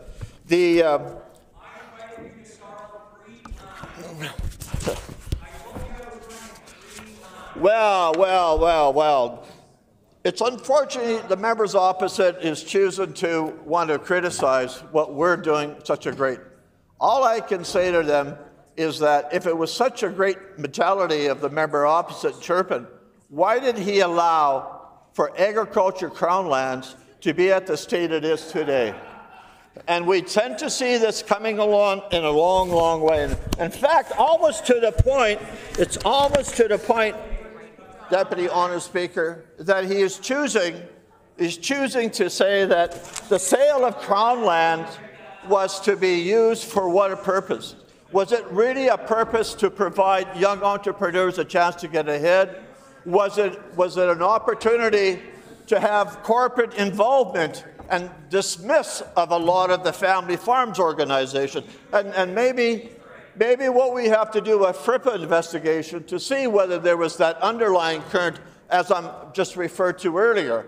And we unfortunately might have to see the truth may eventually come out. The importance of the opportunity of the highest paycheck would get property lease rates, but yet the poor young generational farmers stood no chance. And why would that government across the road there choose not to support young agriculture producers in the province of Manitoba? We continue to ask that question, but yet we have no answer. I know the member opposite chooses to, he spent most of his life selling agriculture commodity products. I'm not sure if he ever even got on a horse, but but it's interesting that the member opposite is talking about the importance. And in fact, almost to the point where this morning we had a conference called Roquette and the importance of agriculture in the province of Manitoba. And Roquette, the MLA for the Portage area and the dollars that have gone into we continue to work with them. And the tariffs definitely will be a concern for them as well when we're talking about the protein that Roquette as a manufacturer does as well. In fact, what we have today, we spoke to Simplot a week ago, and the question that was asked just yesterday on the opportunity of potato production. Well, you know what? What happened is that prior to the last provincial election, that government went around and promised a lot of the potato growers, we're gonna provide more irrigation water so you can grow more and more potatoes. As it turns out, that did not happen, actually. What it was is that as we spoke to the producers and the farmers that said that, well, we were more or less told that's what's going to happen. Well, unfortunately, we have regulations that regulate the use of water, and we need to be very conscientious of the water usage that is provided. But yet, it was more of a campaign promise that side chose to use and take advantage of the farmers that exist and trying to make a living at it. So, Honourable Speaker, Deputy Speaker, I stress again to you, members opposite choose to make it a political game. I spent 40 years of my life doing the cattle industry, worked hard on the farm to make things happen. I was not a salesman. I was an actual farmer doing what I was brought up to do, and I continue to do that on the.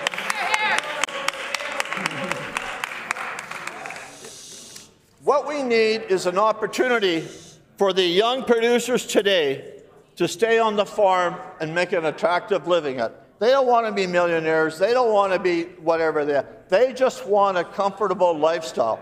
But they are making it very challenging. Members opposite made it very challenging for those family farms to continue on, almost to the point where there was no regulations of farms that were recently sold complements to their template of opportunity that took it away from young family farm producers and opportunity for them to continue to benefit of the opportunity of benefiting in the program that exists today. And Honourable Deputy Speaker, I'm being very repetitious in what I'm going to be saying here, but I think the point is this. Can I have a glass of water, please? Okay. Is the fact that this is not a game. This is not a political game, as I hear members opposite chirping about. I think what I'm saying is what we need to do is we need to revisit the opportunity, because agriculture is not only beneficial for the family farms in geographic areas. I am a rural individual. I believe in rural economic development, and what was taken away from the young producers of the Crown land situation was all their fault. They'll never admit to it, Honourable Deputy Speaker, but they will have to accept it sooner than later, because the truth will come out, the truth will come out of what was happening in that opportunity. So what needs to be done is we need to continue to work with the rural economy, and I know our department will definitely continue to provide opportunities of economic development processing in the marketplace.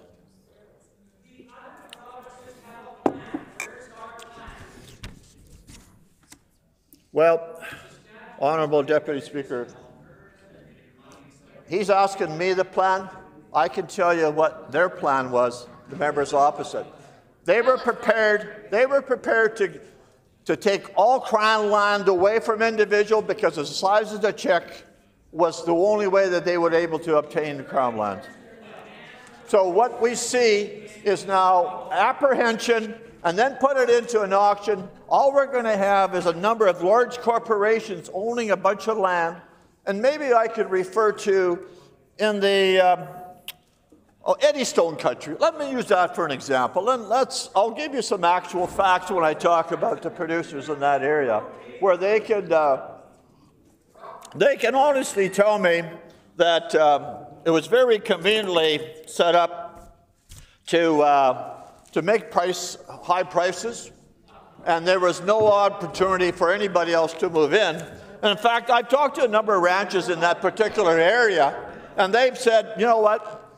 It was very strategically planned by the larger operations coming in and conveniently picking up land in that designated area, so that even if a young family farm wanted to expand, there was no chance of that ever happening, because it was all. So now we're almost at a point where we're starting to see land that's going to be probably 50, 60 quarters of land that's going to be owned by corporations. And I don't have any disagreement with corporations, but I do respect the fact that if there was given a choice to go to a family farm to expand rural economic development versus someone that's a large affiliated farm, I'd sooner give it to the young family farm in generation.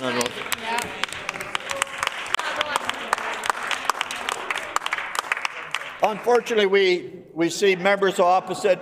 They look at the big dollars, and that seems to be the choice that they choose to go with.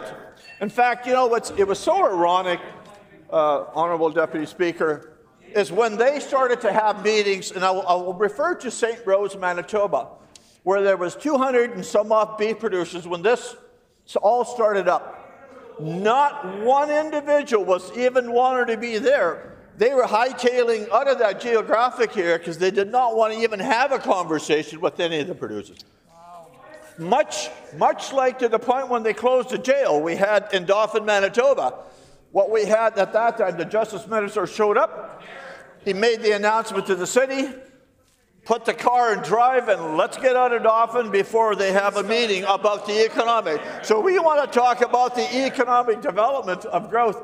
Thanks goodness to the Justice Minister sitting beside me here that we're moving forward to rebuild what this government is all famous for, is to continue destroying communities and opportunities for development in the long run. Good job, Justice Minister. So what we do see, and I hear a little bit of chirping in the background there, but it refers to Crown. I'm sure it's hard for him to even say Crown lands because he's a victim of the problem that we have in existence. But honestly, you know what? We've had numerous discussions with Crown land representatives. They are patiently awaiting as we move forward to bring fairness to the young individual farmers, ranchers in this province. We're not going to go based on who has the largest check and whether you even live in Manitoba, or do you live in Alberta, or do you live in Canada, period. That is where we are now in consultation and will be in consultation for a while to develop the importance of what Crown lands was all about.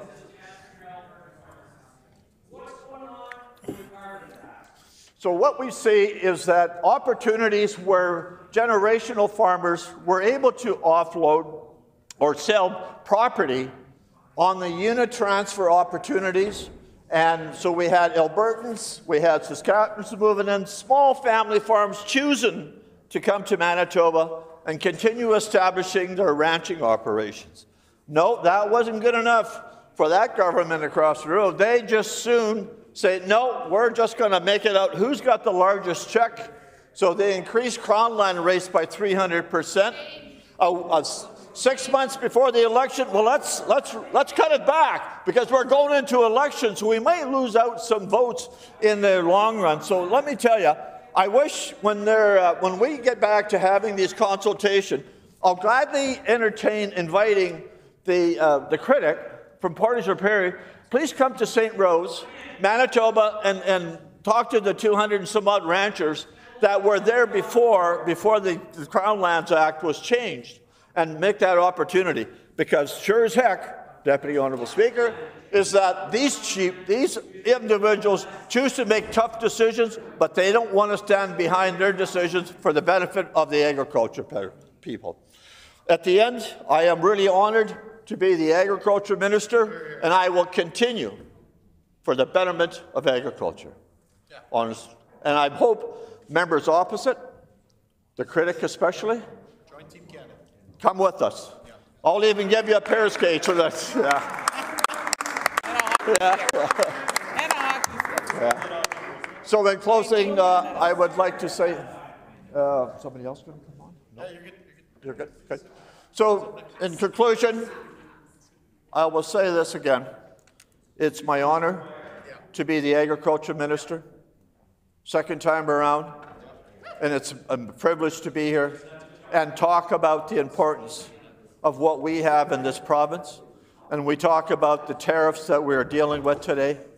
And I know members opposite have their favorite color, so to speak, that they would sooner have that side of the fence. I'm telling you, I want to tell you all, is that we, this government, our Premier, all stand together for the benefit of agriculture in the long run. We want to maintain rural economic development, and we will continue focusing on with all of us from this side of the House and not pick out the beneficial benefits of large checks for the benefits of their party. Thank you so much, and it's my pleasure.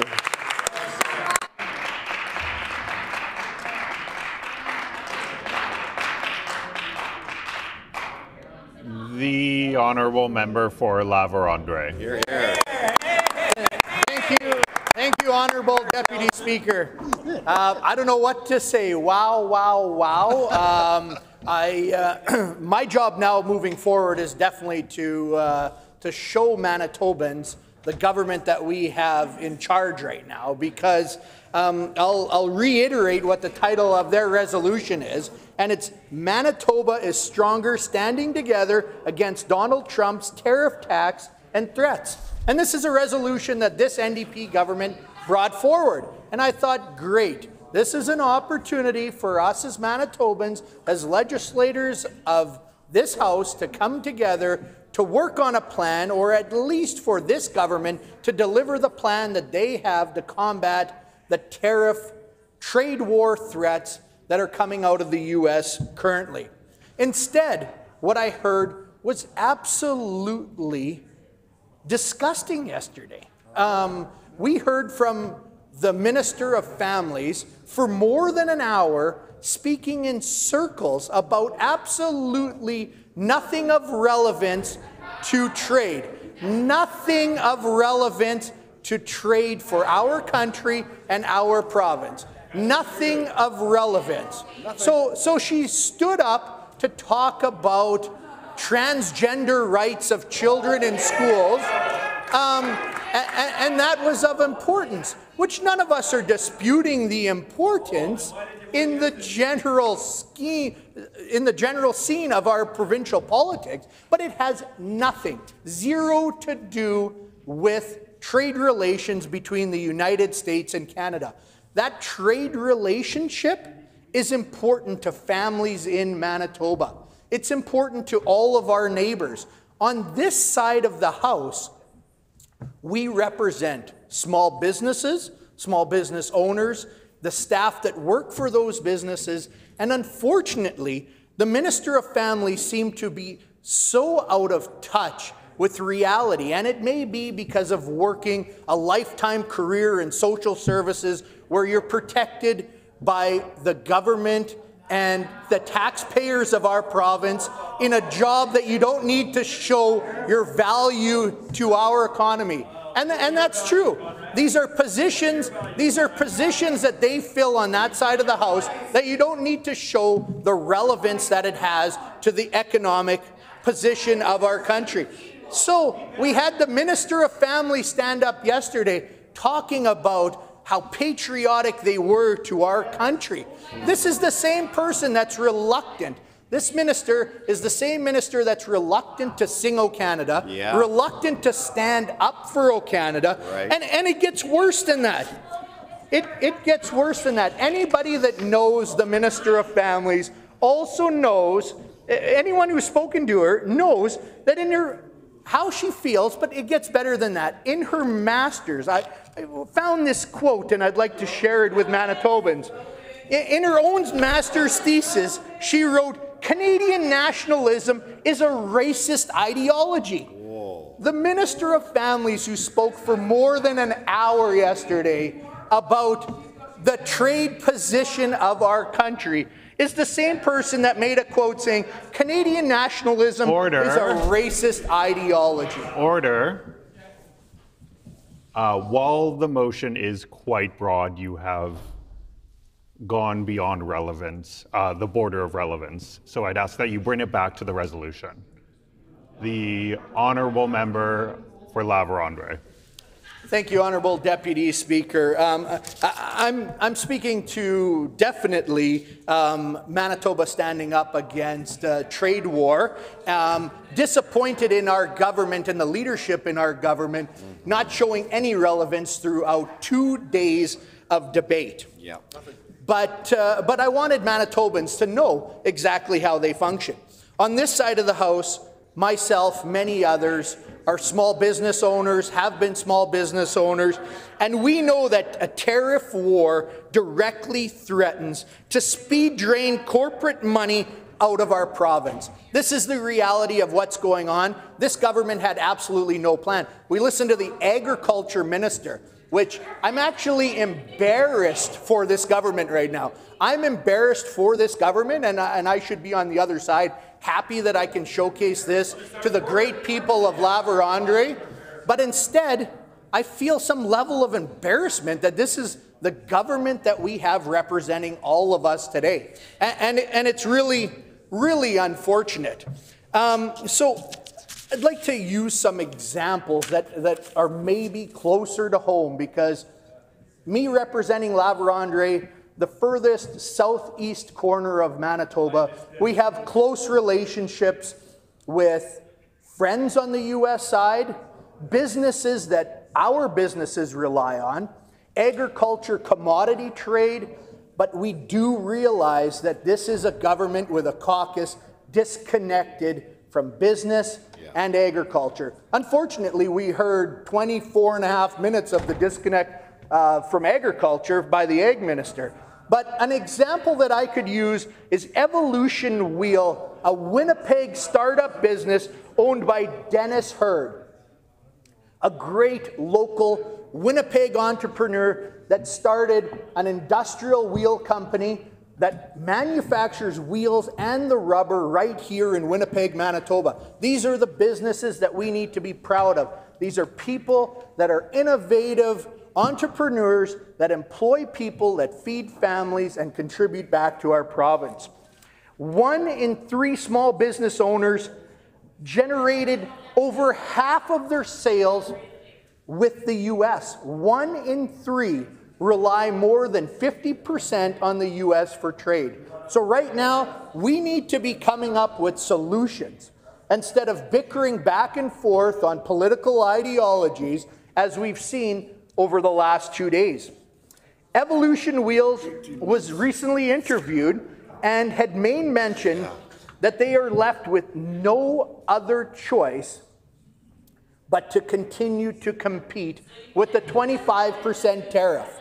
So right now, there is no plan from the government, no plan whatsoever, other than potential subsidization, but other than that, no plan for this business owner to compete with the tariffs and compete with the American counterparts that are within his industry.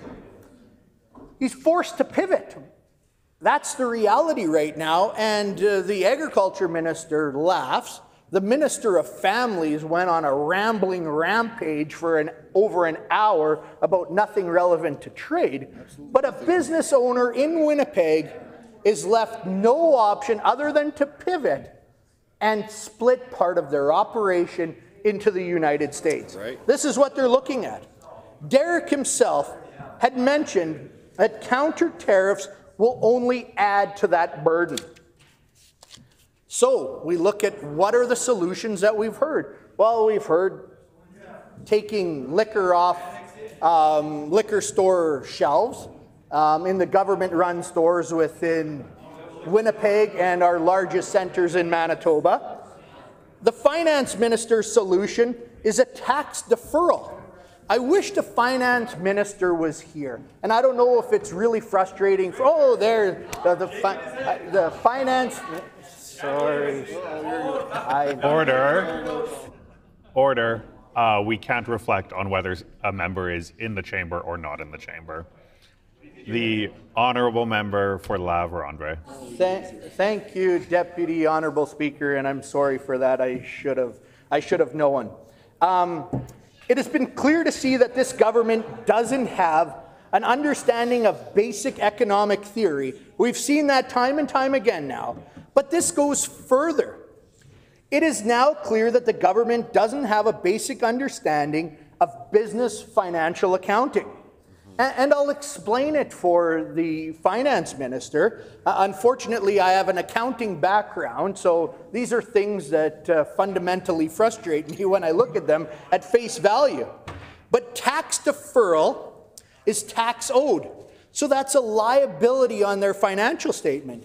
What that means is it's a liability that affects the company's liquidity and their ability to access funding. So right now, as we have Manitoba businesses, like I've stated with Evolution Wheel, needing to continue on with business, the NDP government comes with a savior plan of deferral of taxation, which accomplishes nothing. But I guess with this NDP government that is absolutely fearless of debt, they think that it's no big deal to accumulate debt and that the business should be thankful of carrying further liability. That's not reality when businesses, small businesses, medium businesses go to the bank.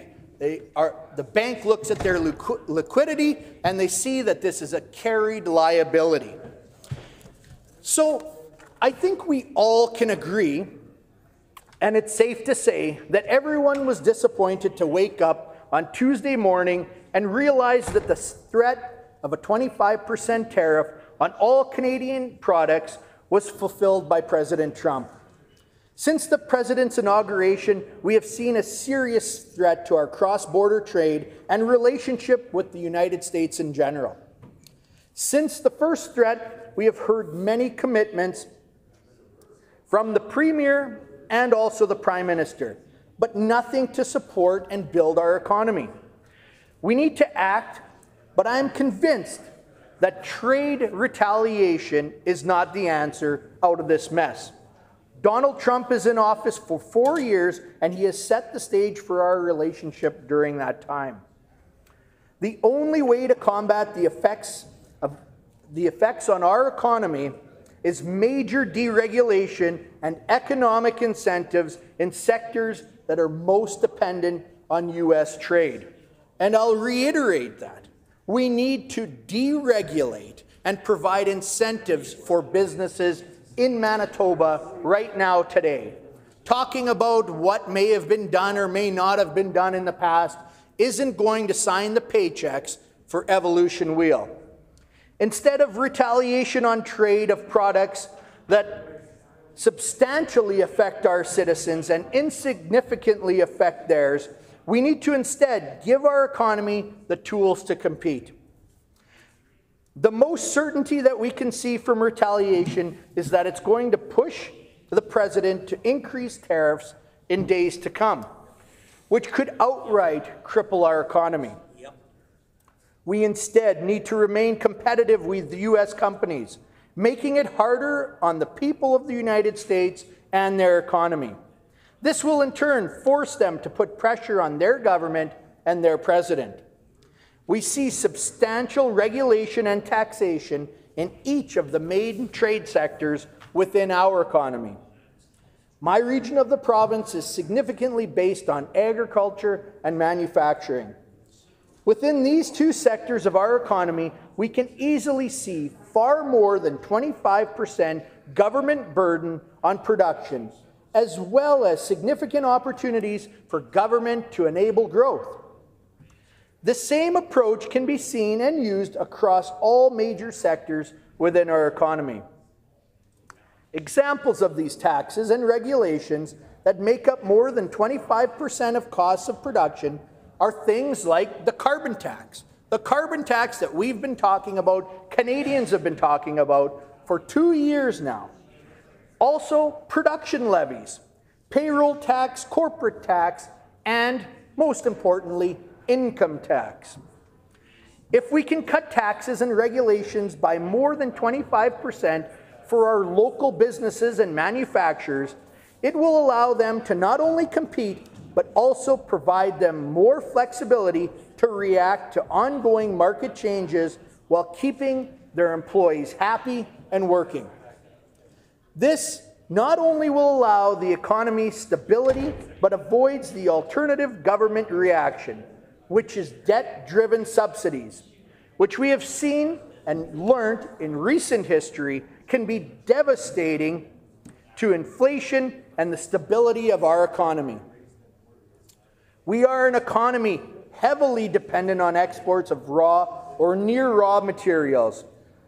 That our effect of retaliation is insignificant in the grand scheme of our trade position. Government should never get into business and get out of the way of business. It should be government's position right now to step out of the way of business and the economic growth of our province and country by allowing businesses the tools they need to remain competitive. The more money left in the pockets of Manitobans, the more money left in our economy. This trade war can be won with less government involvement instead of more. Thank you. Good job.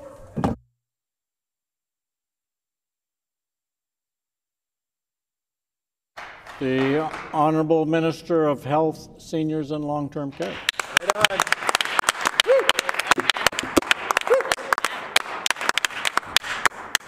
Honourable Speaker, on this side of the House, we are proud to be Canadian. Here, We are proud to be Canadian, unapologetically with our full chests, we can say we are proud to be Canadian. Right on. In stark contrast, on that side of the House, you have the member for Borderland making comments about how his friends and the people he connects with and the voices he's listening to are people who want to be Americans. You have the member for Borderland standing up while Manitobans and Canadians are worried about very real economic consequences as a result of Trump's damaging and reckless tariffs, standing up and talking about becoming American. Honorable Speaker, it should concern every single person in this House and every single Manitoban that the PC caucus is comfortable with members of their team standing up and proclaiming that they want to be American. That is truly unacceptable. Yeah. Honorable Speaker, in addition to that, No Borderland. in an environment where Manitobans are worried about tariff threats, in an environment where Canadians are coming together in incredible ways we have not seen in a long, long time, you have members opposite, like the member for Fort White, who is going out and thanking Donald Trump for his tariffs. Honorable Speaker, it should quite frankly frighten Manitobans that there is a PC caucus in the midst of the economic challenges that we're facing, not only in Canada, but certainly globally as a result of these tariff threats and realities, that are championing the very same person who is inflicting this harm and instability on Manitobans and Canadians. And so I will say it again so that Manitobans can know in their minds and in their hearts on this side of the House, this government is proud to be Canadian.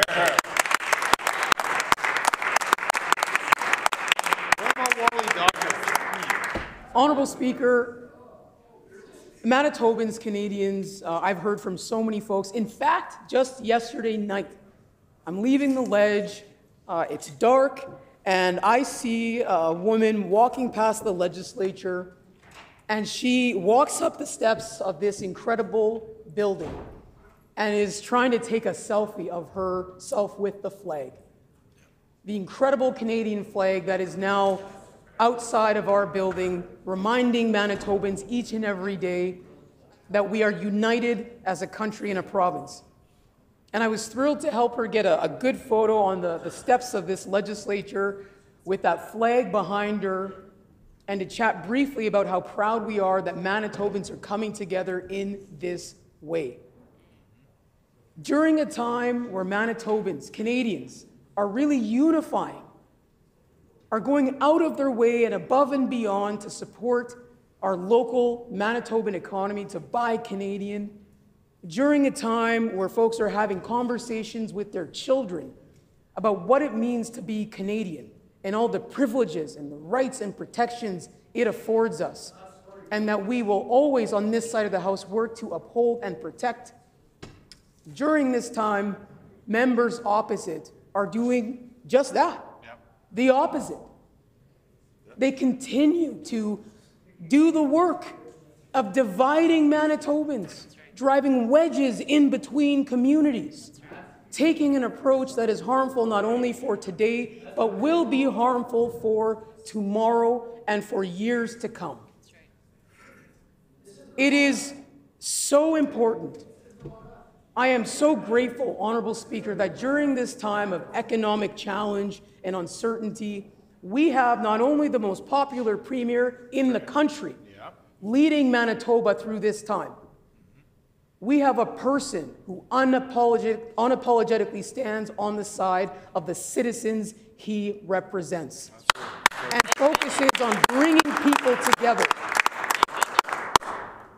Manitoba has a premier that stands with families who have been impacted and affected by tragedy. In contrast to members opposite member for Fort White, in the midst of these tariff threats, in the midst of all of these challenges, cannot find it within himself to apologize for the harms he participated in the last election here in Manitoba.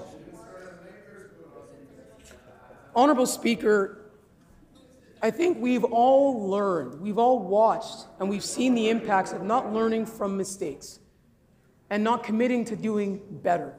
I sincerely hope that during this time, at some point, while Canadians role model the behavior they should be seeing from members opposite, that they will catch up, that they will join Team Canada and finally start focusing on bringing people together, on pushing back against these damaging tariff threats, and on being representatives that actually proudly represent this country and represent the voices of the Manitobans they were elected to serve.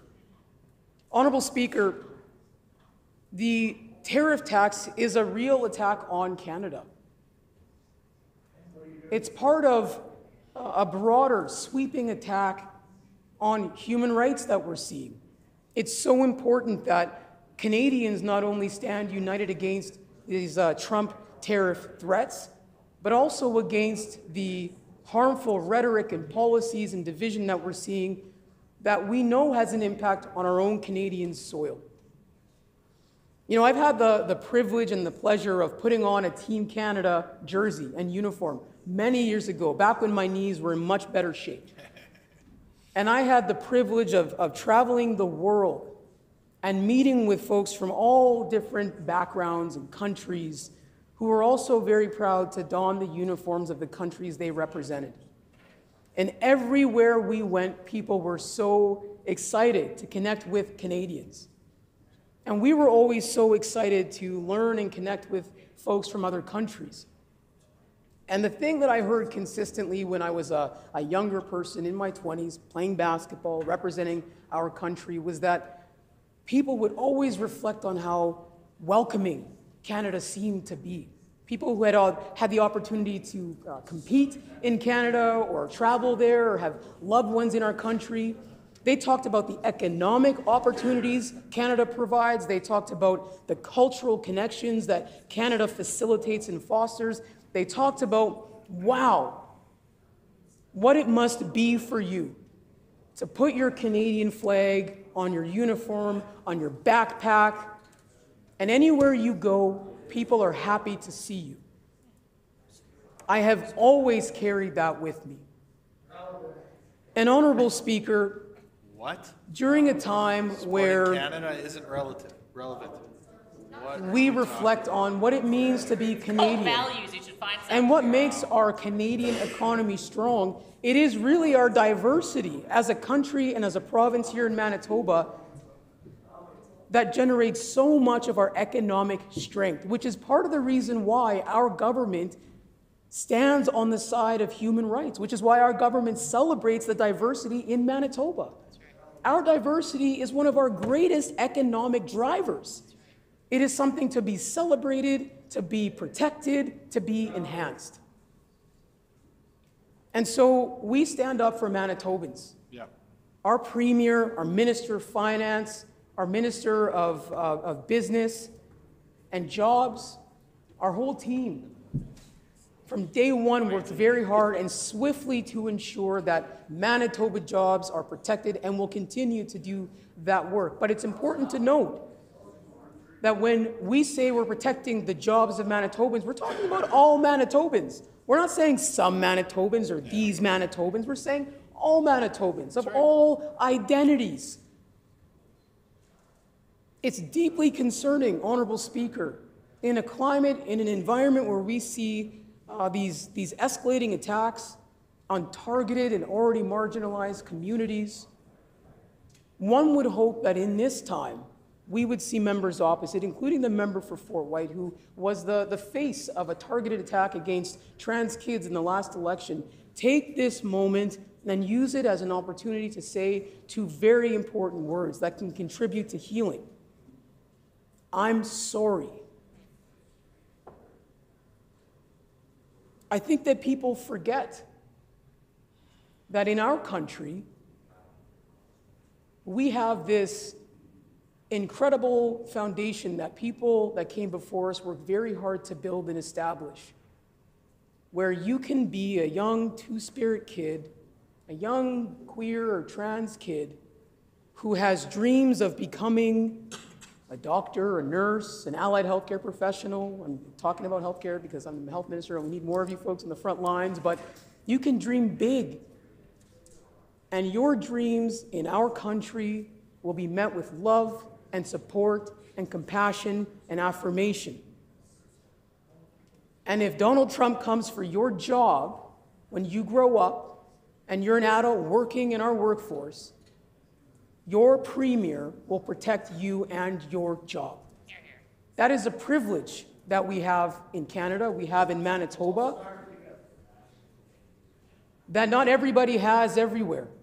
It's an important distinction that we must recognize sets us apart in ways that really, really matter. And again, that strengthen not only our collective social fabric, not only our healthcare system, but our economy.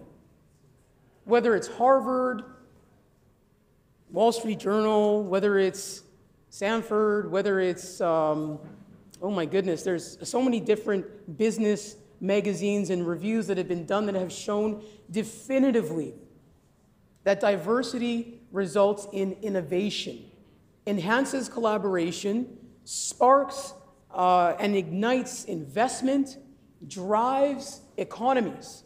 This is a fact. It's been scientifically proven. It's evidence-based. It's not just, political rhetoric. The science actually tells us this is the case. It's an advantage we have in our Canadian infrastructure and economy. It's an advantage we have in Manitoba that we should be very proud of.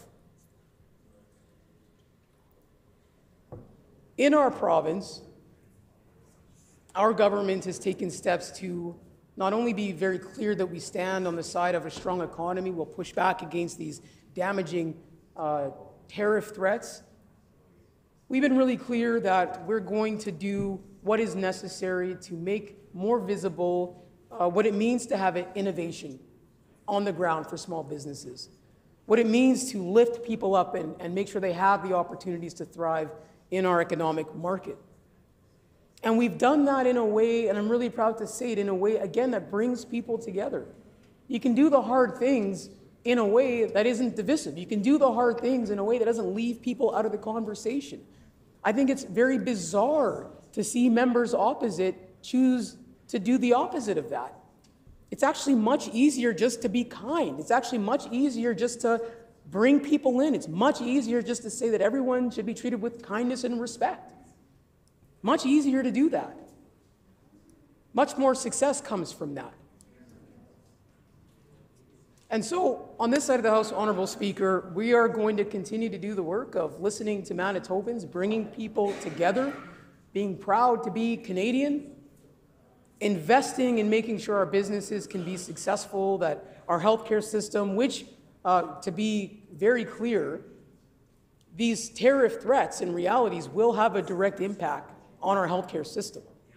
And so it is even more concerning when you hear the member for Fort White talking about privatizing healthcare and thanking Donald Trump for tariffs. Those are very scary comments to be making when we know that tariffs are not only going to damage our economy, they're going to damage our healthcare economy as well. It shows what little regard you have for Manitobans to make flippant statements about privatizing healthcare and not talking about what you actually mean. You either don't understand what you're talking about or you don't care. Neither one of those is acceptable. Fundamentally, what Manitobans have been shown very quickly, like in an alarming, at an alarming rate of quickness, is how disconnected fundamentally the PCs are from the realities of Manitobans. Yep. How completely detached they are from what the priorities of Canadians are. I think it really fundamentally also speaks to this gap between why we're here and who we serve, and what it is that we want to see happening in our communities. You know, we work to bring those things together. On that side of the House, huge gap in between those two things. I do want to acknowledge these comments in that were made by the MLA for La Vérendrye in terms of social service workers, and because I know he won't do it, I want to apologize on his behalf to those folks who work in social services, who work every single day in our communities in Manitoba, who contribute to our economy, who are all very nervous about what's going on in terms of these Trump tariff threats, and whose work is invaluable to Manitobans. That member stood up in this House and mocked their jobs, criticized their employment. On this side of the House, we're talking about and we're committed to protecting Manitobans' jobs. On that side of the House, the member for La Vérendrye made fun of the jobs of social service workers, minimized the impact they have to our economy, to the communities and the Manitobans they serve each and every day. Honorable Speaker, that is disgraceful. And I know that member will not apologize, so I'll say it again. I apologize on his behalf. Every single Manitoban who's employed, contributing to our economy, making a difference across a myriad of systems, you are valued. That's right. We respect you. And we will fight to protect your jobs. Honorable Speaker, I do want to take a moment to talk a bit about the campaign that our government... When this matter is again before the House, the Honourable Minister will have 13 minutes remaining, the hour being 5 o'clock. The House is adjourned and stands adjourned until 1:30 p.m. on Monday.